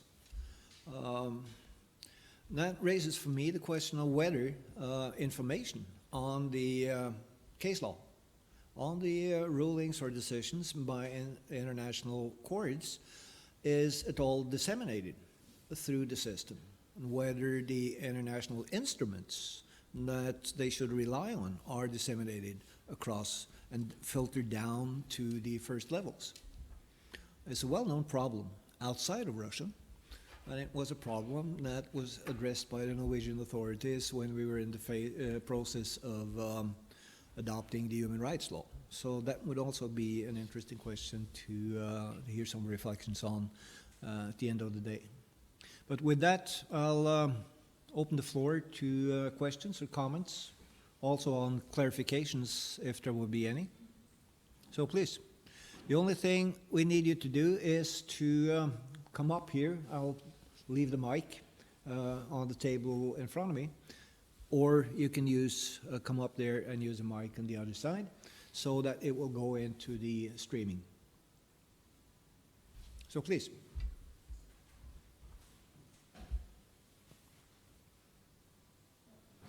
Please.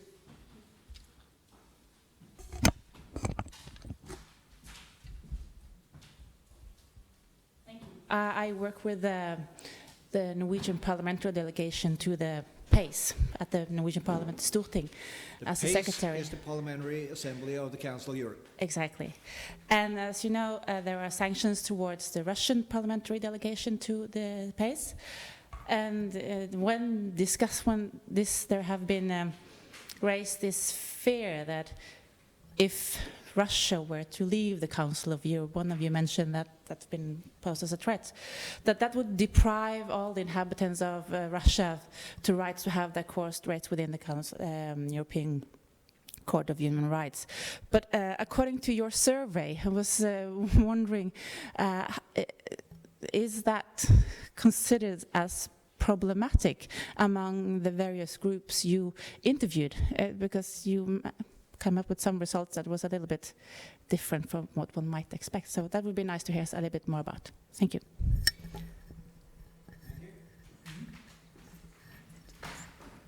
Further questions? Should be some. So maybe we should start then answering, and maybe in the course Yeah. of answers Please, there will be go ahead. questions. Let's say if we can provoke some more questions. Huh? Yeah. You want to start, Sergey? I'm happy to start. First, on the issue of dissemination of information, I'm positive it's not the problem.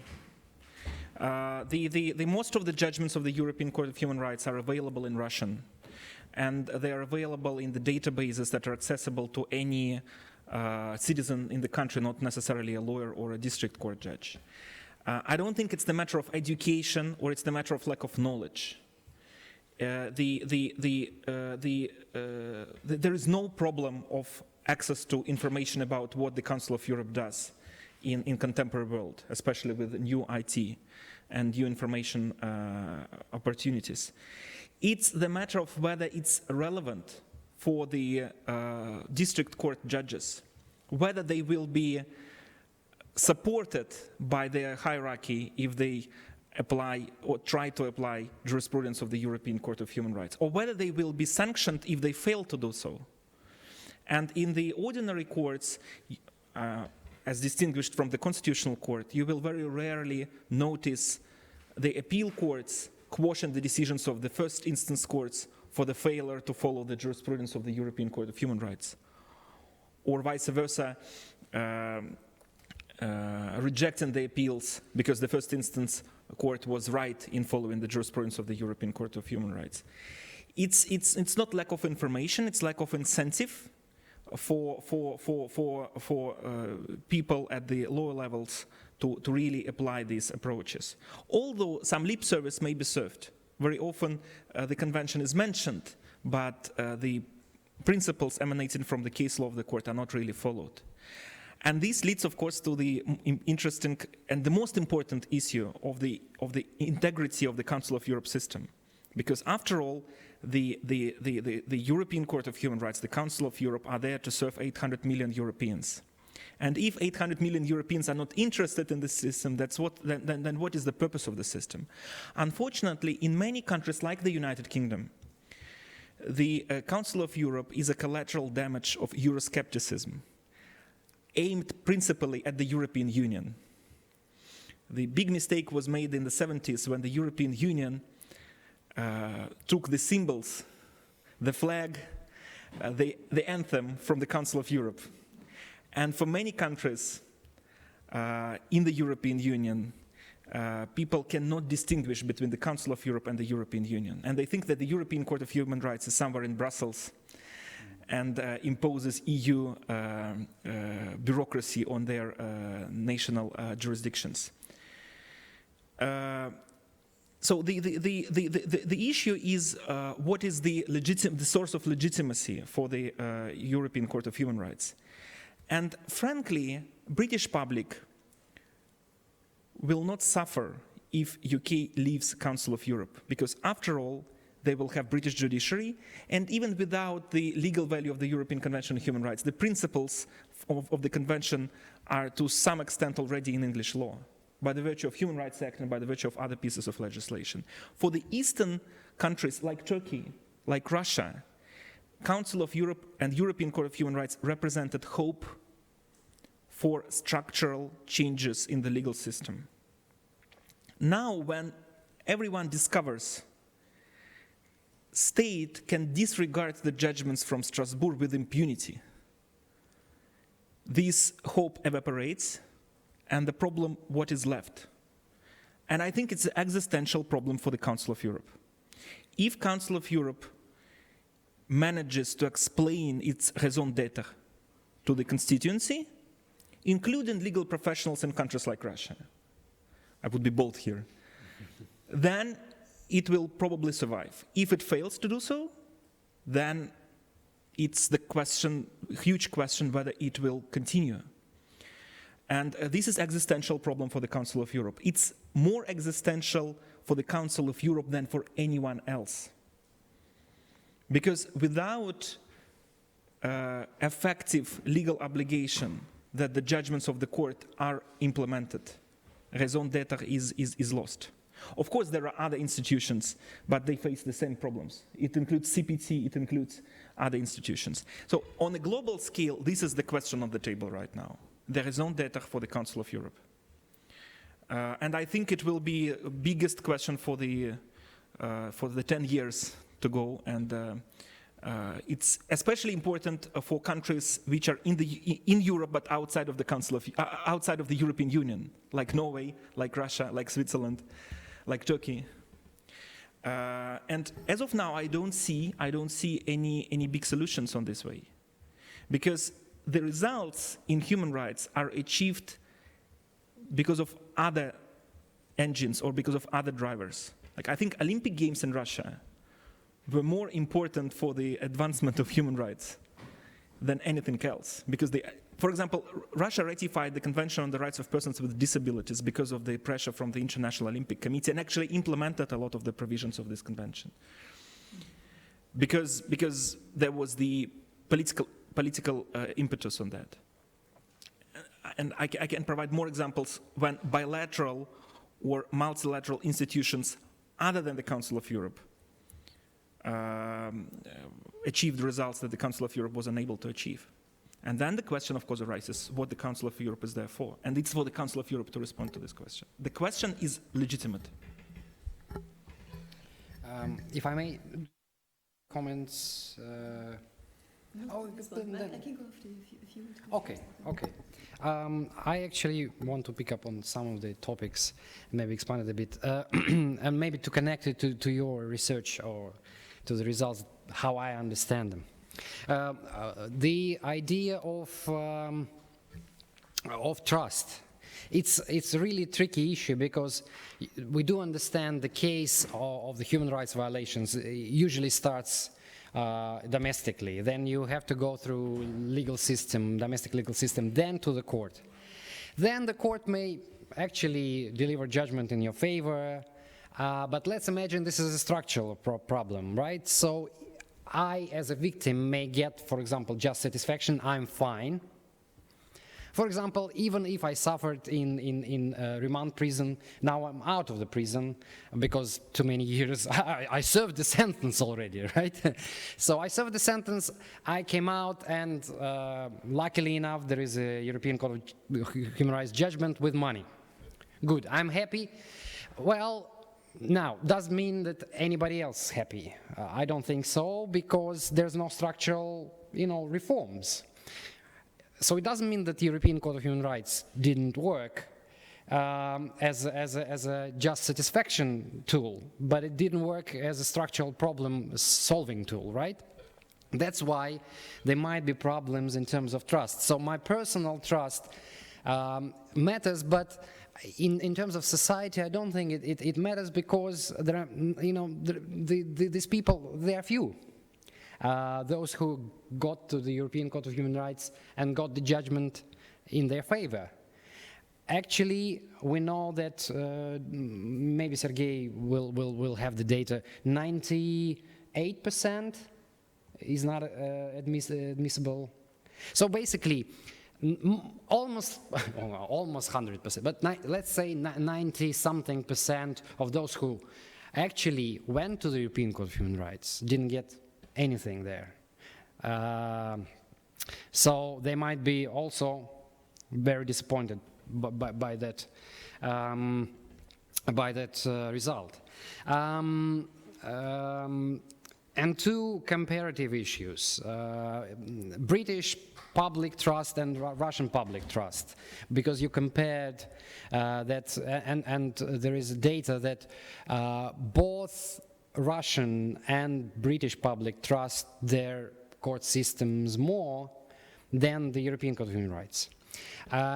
This is interesting, because actually then if you compare the data, I think the result is quite interesting, because I thought it was 60% or something of British population trusting their own court system. This is very telling. And I think it kind of reinforces Sergei's argument now that even if they decided to leave Council of Europe, everything's going to be fine. It will not be a tragedy. It won't be a tragedy. But then if you look at Russian data, so it's half, I think, of that figure. So it's around 30%. So it's more than to the European Court of Human Rights. It's not considerably more, though. And it definitely less than in Britain. So I think it tells us at least something. And then Turkey. Turkey was mentioned. I somehow a year ago I was reading the report of Council of Ministers of Committee of Ministers on execution of judgments, and I decided to compare figures, Turkish figures to Russian figures. In 2000, now I don't, of course, remember the figures. I have it in my laptop. If you want, then I will provide you with those ones. But so generally, I looked at 5 years dynamic. So it was 2014, 13, 12, 11, 10. Starting with 2010. In 2010, Turkey had considerably more cases that were pending execution than Russia, more. In 5 years, they are almost the same in terms of figures. Now, how it became possible? There are two more figures apart from pending numbers. So one number is the new cases that arrive each year to Council of Europe, to Committee of Ministers. So basically, the cases that the European Court of Human Rights decided in favor of applicants, and they need execution. And there is another figure, which are closed cases. So basically, the number of cases that were executed during this year. So if we look at the dynamics, the Turkish dynamics, so basically their dynamics of closed cases was much better. So they, still getting judgment against, they managed to execute, to close many cases. Now, how did they do it? It's a different issue, and it requires more research. But in terms of Russian, for example, data, so the number of cases actually became even less than before, the number of new cases that were delivered by the European Court of Human Rights. But the number of closed cases basically went from something like 10 a year to 1 or 2 a year. And that's why Russia actually now is on the same level with Turkey in terms of cases that are pending execution, but in terms of dynamics, it was just a negative dynamic. So Russia didn't close, basically, on average, they were closing 2-3 cases a year in terms of execution, which is very bad.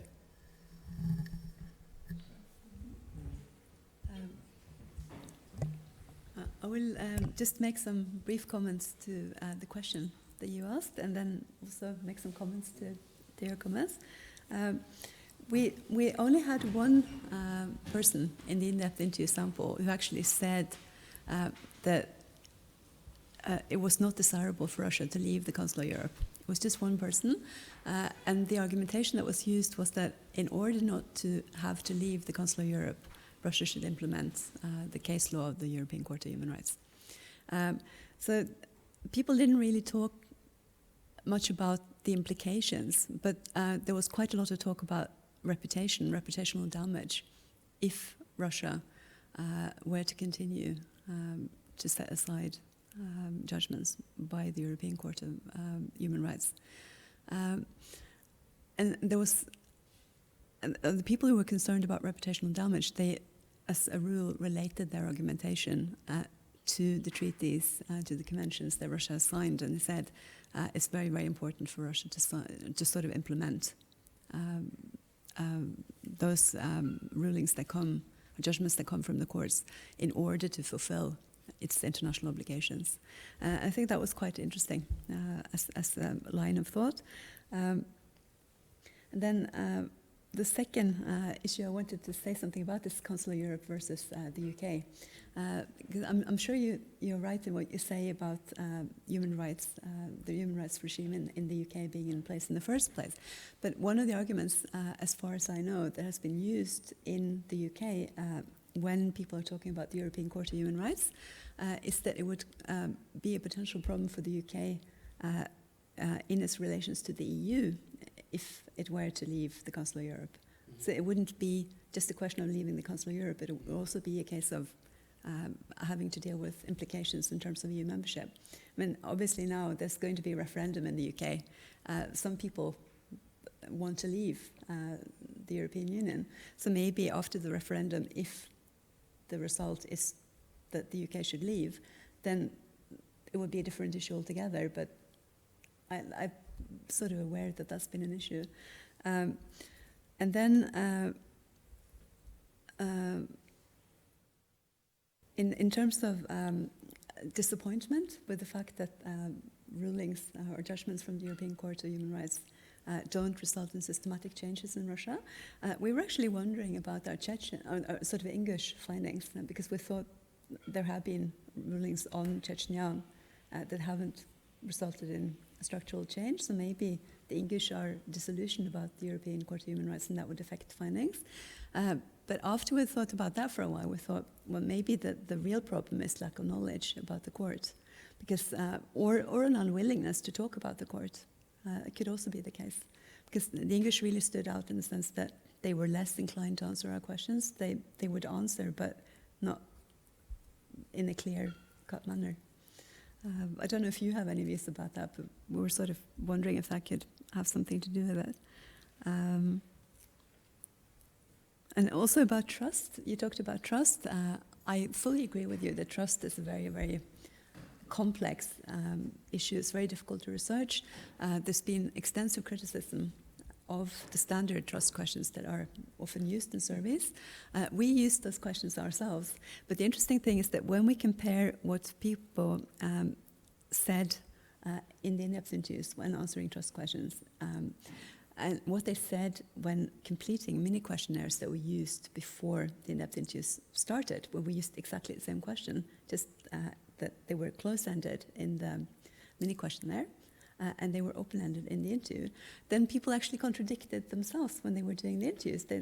They said, well, in the mini questionnaire, we answered the question in such and such a way, but really what we think is not what we said, but we think this, and that. So most people don't like or that sort of had different views in the two sort of research instruments that we used. They didn't like the question, the standard trust question, because they felt it wasn't adequate to really measure trust.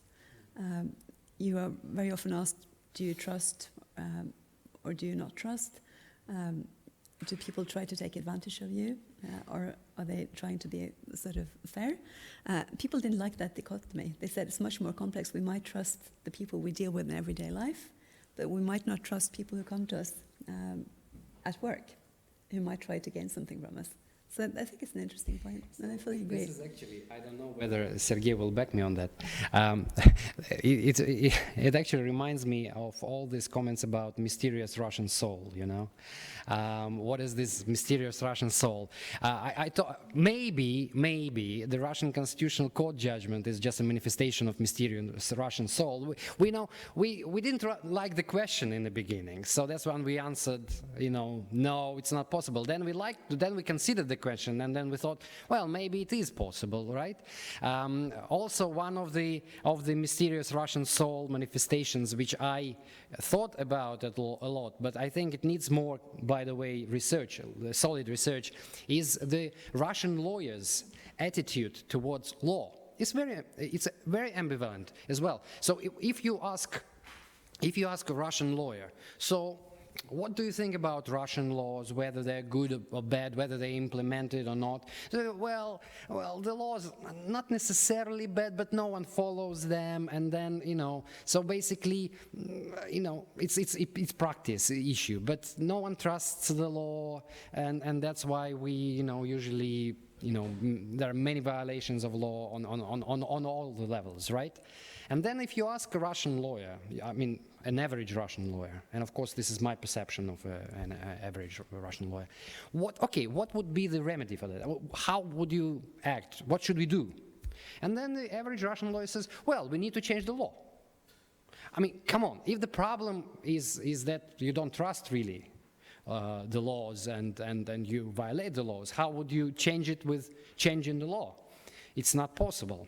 So I don't know. Of course, there is a bit of humor, which is a dark humor about Russian mysterious soul, but I don't know. That there are things that sounds very contradictory. I don't know whether Sergei has anything. For example, the positive element of the non-implementation law is that it's not going to be implemented. Yes. Yeah. If I may, Madam Chair. The problem is perhaps more pronounced in Russia than in many other places. But the underlying issue or problematic is, you know, to a lawyer sounds very familiar. If you ask a complicated question, you cannot expect a straightforward answer. And the saying, as everyone knows, law in the books and law in action are two different things. The whole approach of, well, this law doesn't work all that well, so let's, you know, let's amend it. You got exactly the same problem, but let's say on a more moderate level. And that's, you know, it's sort of an international phenomenon. And it may be that the mysterious Russian soul weighs a little heavier in Russia, and that our souls are not all that mysterious, a lot more simple or simplified. But as I said, this is, you know, a common problem, and it's but it's interesting. Did you want to take the floor, Les, before? Break the rules slightly. We're a small group, fairly informal, so although I'm part of the panel, I'd actually like to ask a question of Sergei and Maxim. And that is, in the good old days when I was allowed to teach Russian politics, I remember telling the students, well, most of you have heard about 1993, about the shutdown of Parliament, but how many of you know that the Constitutional Court was also shut down, and the Parliament comes back within a couple of months, but the Constitutional Court, as I recall, was about 15 months or so. My question is this. We've been talking about the Constitutional Court as if the judges there are making the decisions. To what extent do you think that actually the political elites behind all this? And the second question refers to state actions in the European Court. I was surprised when I was researching for our paper to find that there's only actually been 3 requests of state-to-state rulings, one of which was Georgia and Russia. I just wonder about the Litvinenko case, whether in fact the UK would get anywhere trying to take Russia to the European Court. Do you think that could be a really a trigger for Russia to revisit its position? If I may, I agree with what has been said about reality rather than texts of the legislation. That's why we, as lawyers, as scholars in other fields, should study the reality rather than the texts of the legislation. The texts of the legislation represent part of this reality, but then the reality is wider, and it's not mysterious Russian soul at all. I've been working as a lawyer on countries of South Asia, for example, and it's part of reality in many countries of South Asia when what is written in the legislation doesn't really matter. What matters is what's going on in the field, basically. And it's harder to research, especially from outside of the country. But it's the only thing that matters. What is actually going on inside remand prisons? Not what's written in the rules of these remand prisons, but what's going on inside the remand prisons. And this is what should be researched. And to respond to your issue about Ingush people who don't have enough information about the European Court of Human Rights, I would argue people are informed about the European Court of Human Rights. Every detainee in a Russian prison now knows that you can complain to the European Court of Human Rights and you will probably get some money, but the judgment will not be enforced if the government is unhappy about this judgment. That's the rationale of the judgment from the Russian Constitutional Court. I think Ingush were simply more afraid of your questions than anyone else, because they are very well informed about the European Court of Human Rights. And they are very well informed that the applicants to this court are very often in trouble because of their applications to Strasbourg. And this is the reality. About interstate cases, and I think this is exactly the nutshell of the problem. Because the whole idea of the European Convention on Human Rights was about collective enforcement. It was about collective responsibility for the human rights violations. If human rights violations occur somewhere in the European espace juridique, other states should react. And that worked. That worked in the 70s when black colonials came to power in Greece. Interstate cases were initiated by the countries without direct interest in that, including Norway. There were 4 states, Scandinavian states plus the Netherlands, who brought the case to the then European Commission of Human Rights against Greece. And that was important, at least symbol of European solidarity. After that, interstate cases were brought only by interested states, by states who have direct interest, as Georgia in the aftermath of 2008 armed conflict, or as Ukraine now concerning human rights violations in the eastern part of Ukraine. But in reality, United Kingdom should have brought the case against Russia because of Chechnya, not because of Litvinenko. Now it's too late. Now it's too late because the integrity of the system is questioned, because the stakeholders, essentially the Western European states, did not act when it was necessary to defend its integrity. And now there is more or less nothing to defend. So I don't think Litvinenko case, if it's brought to the European Court of Human Rights, will add something. Because the facts are more or less established by the English judiciary. Another judgment from the European Court of Human Rights will add nothing to the story. And of course, there will be no enforcement for the reasons that we have discussed about, that we have discussed above. About the Constitutional Court shutdown in 1993, this is very interesting question. Who actually took that decision of the Russian Constitutional Court, and who took the decisions in 1993. And this is the question to which only judges of the Constitutional Court will be able to respond. However, I think there is one good example from the case law of the European Court of Human Rights that explains how the decisions are taken in Russian courts, and that is Kudeshkina versus Russia, where the judge of the Moscow City Court went public about the pressure exerted upon her by the president of the Moscow City Court, who is serving now. How president of the Moscow City Court imposed a particular outcome on the criminal case upon the judge of the Moscow City Court. The judge of the Moscow City Court, of course, was dismissed. She complained to the European Court of Human Rights. She, in 5 years' time, won in Strasbourg. She was not reinstated into her position of the judge of the Moscow City Court. This is one of the rare examples of internal workings of the Russian judiciary, and that is, of course, the hidden area, and that is the most important area of how actually the decisions are taken. Let's, before we proceed with the panels, ask the floor again if there are any questions. Unless we should then take the opportunity to round off with the panel. Let me just ask. I just had one, Yeah. one kind of remark about the politics behind the judgment.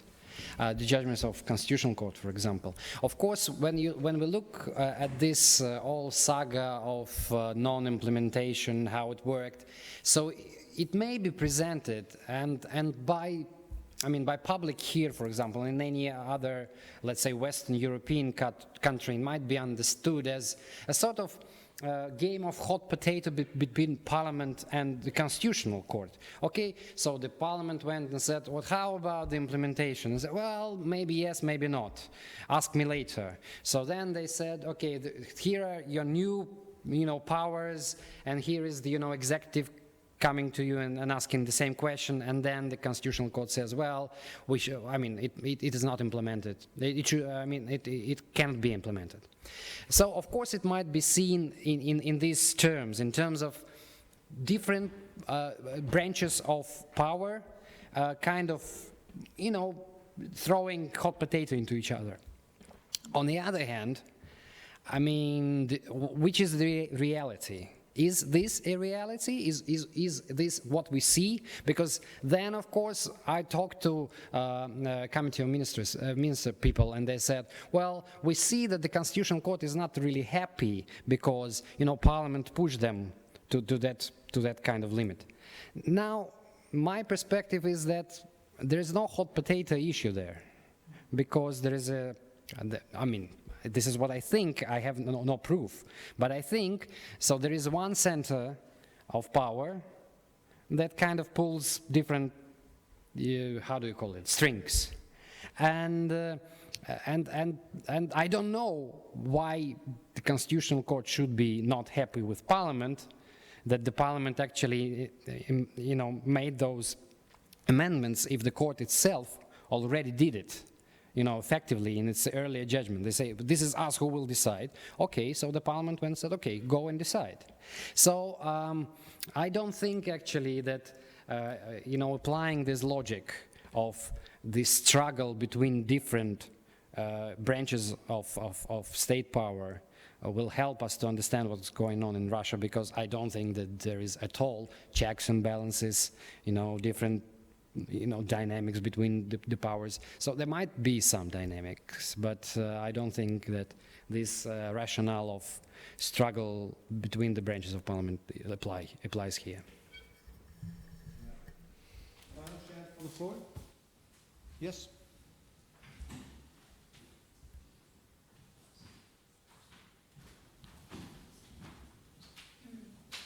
I am Lina Lien from the Immigration Appeals Board in Norway. I'm a caseworker there. I have one question to you about this amendment in the Constitution to set aside the European Human Rights Court rulings. This happened, as you know, around the time, or maybe a little bit later, than the Russian intervention in Ukraine. And I wonder, do you think, is there any reason to think that this conflict in Ukraine and Russia's actions there could be a kind of background factor, or maybe just inspiration for this constitutional courts in Russia to decide on this amendment? Could this Ukrainian issue at all have played some part in that? Thank you. Anything further? If not, let us go through the panel as a final round. I think there is no direct role for the Ukrainian issue to play in this saga concerning non-implementation of the judgments of the European Court of Human Rights. But I think Ukrainian ongoing story is part of a more general pattern of what one of the authors referred to as the degradation of international legal order. and the Russian Federation being one of the driving forces in this degradation of international legal order. So idea basically is the status quo that existed in Europe for decades is now in the process of disintegration. And certain states, including Russia, can change the rules of the game with impunity. It includes the European Convention on Human Rights. It includes the OSCE commitments. It includes Budapest memorandum, according to which Russia guaranteed the inviolability of the borders of Ukraine. So it's of course done, this degradation of international legal order, it's also done by other states, not only by Russia. And I think Turkey is a very pertinent example. China is a very pertinent example. When one looks at what's going on in South China Sea and what China does in respect to, with regards to the international maritime law, you can see this as another push against established international legal order. The question is whether those who believe in this international legal order are prepared to defend it, or whether they will be able and open to renegotiate the status quo. And I think this discussion about lifting sanctions that the European Union, United States and other countries imposed on Russia, whether to lift the sanctions or not, whether to lift the sanctions on Russia in the Parliamentary Assembly of the Council of Europe, in spite of lack of progress in Ukraine, whether to lift the sanctions, it's the decision to be taken by others who stand by existing international legal orders, whether they are able to renegotiate. Because the status quo does not hold. Status quo has already been broken. And I'm afraid if renegotiation is possible, then of course Russia will push further. And that will mean geographical pushes and also why not to do something else? That of course breaks international law, but no one cares about international law anymore. I think the real problem is the search for new raison d'être in international law. What's international law there for? Including international human rights law. And I'm sure new raison d'être will be found. We of course need global cooperation. We of course need global actions concerning climate change, concerning of course human rights, concerning other global issues. It's about redefining international law and making it more relevant to people both in Russia and in countries like Norway. Because as of now, it looks like countries like Norway are not able to defend values of international law in places like Ukraine or Georgia before that. And of course it's used by Russia and Turkey. And it will be used by Russia, Turkey and China in the future. But in this small question of lack of interpretation of the European Convention on Human Rights, I don't think Ukraine was a reason. It's rather one of the repercussions.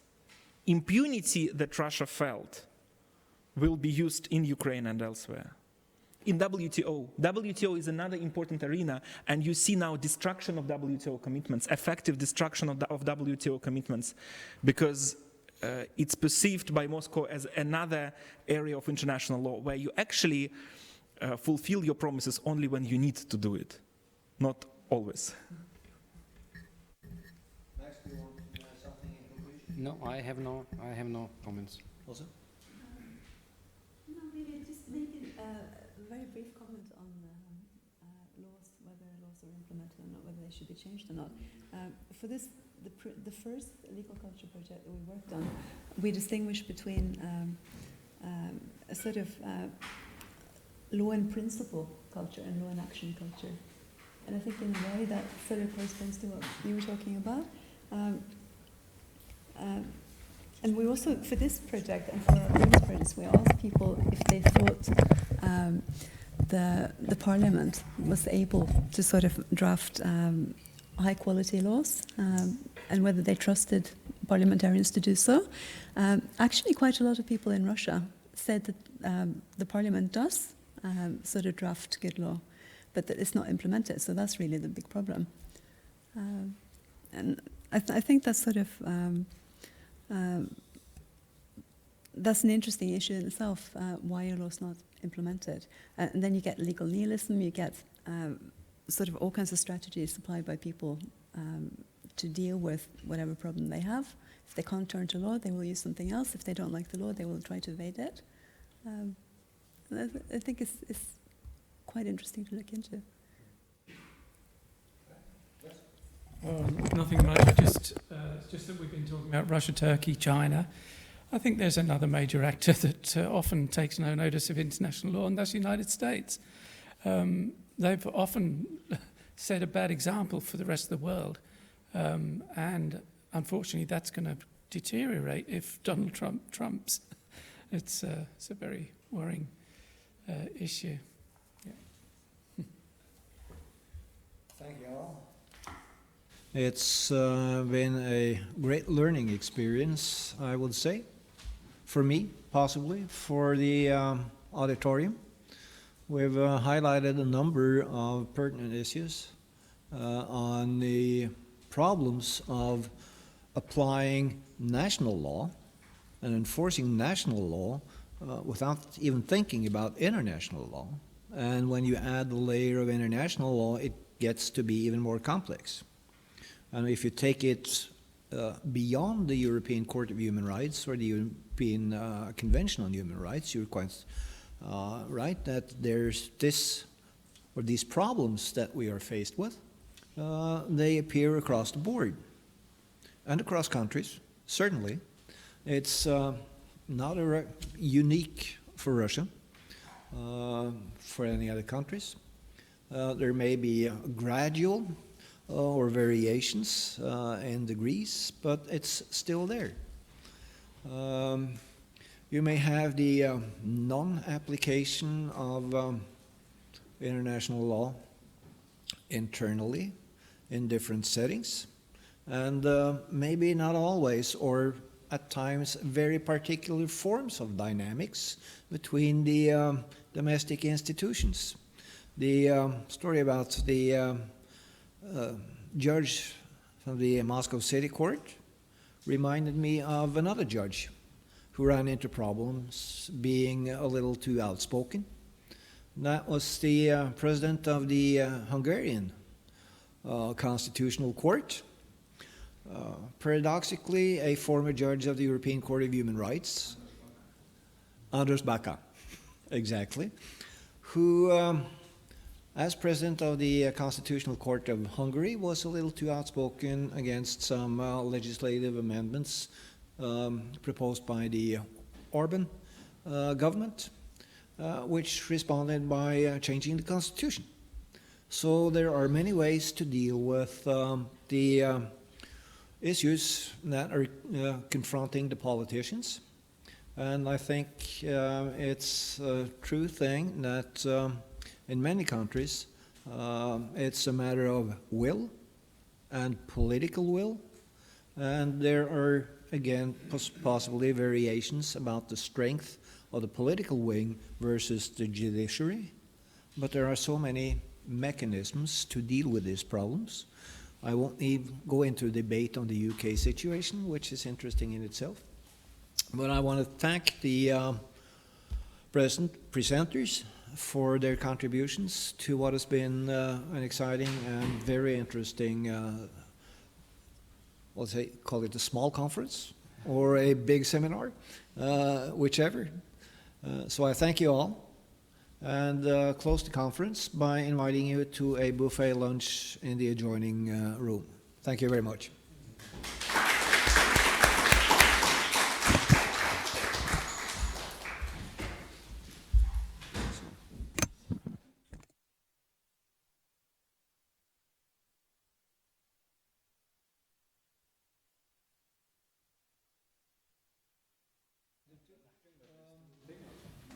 Just remain here for a second.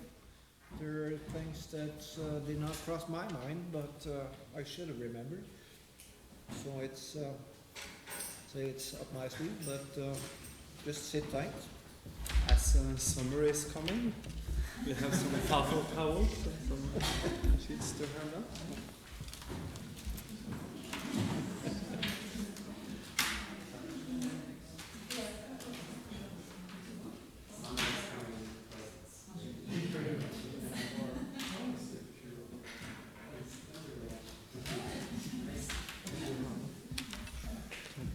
Thank you so much.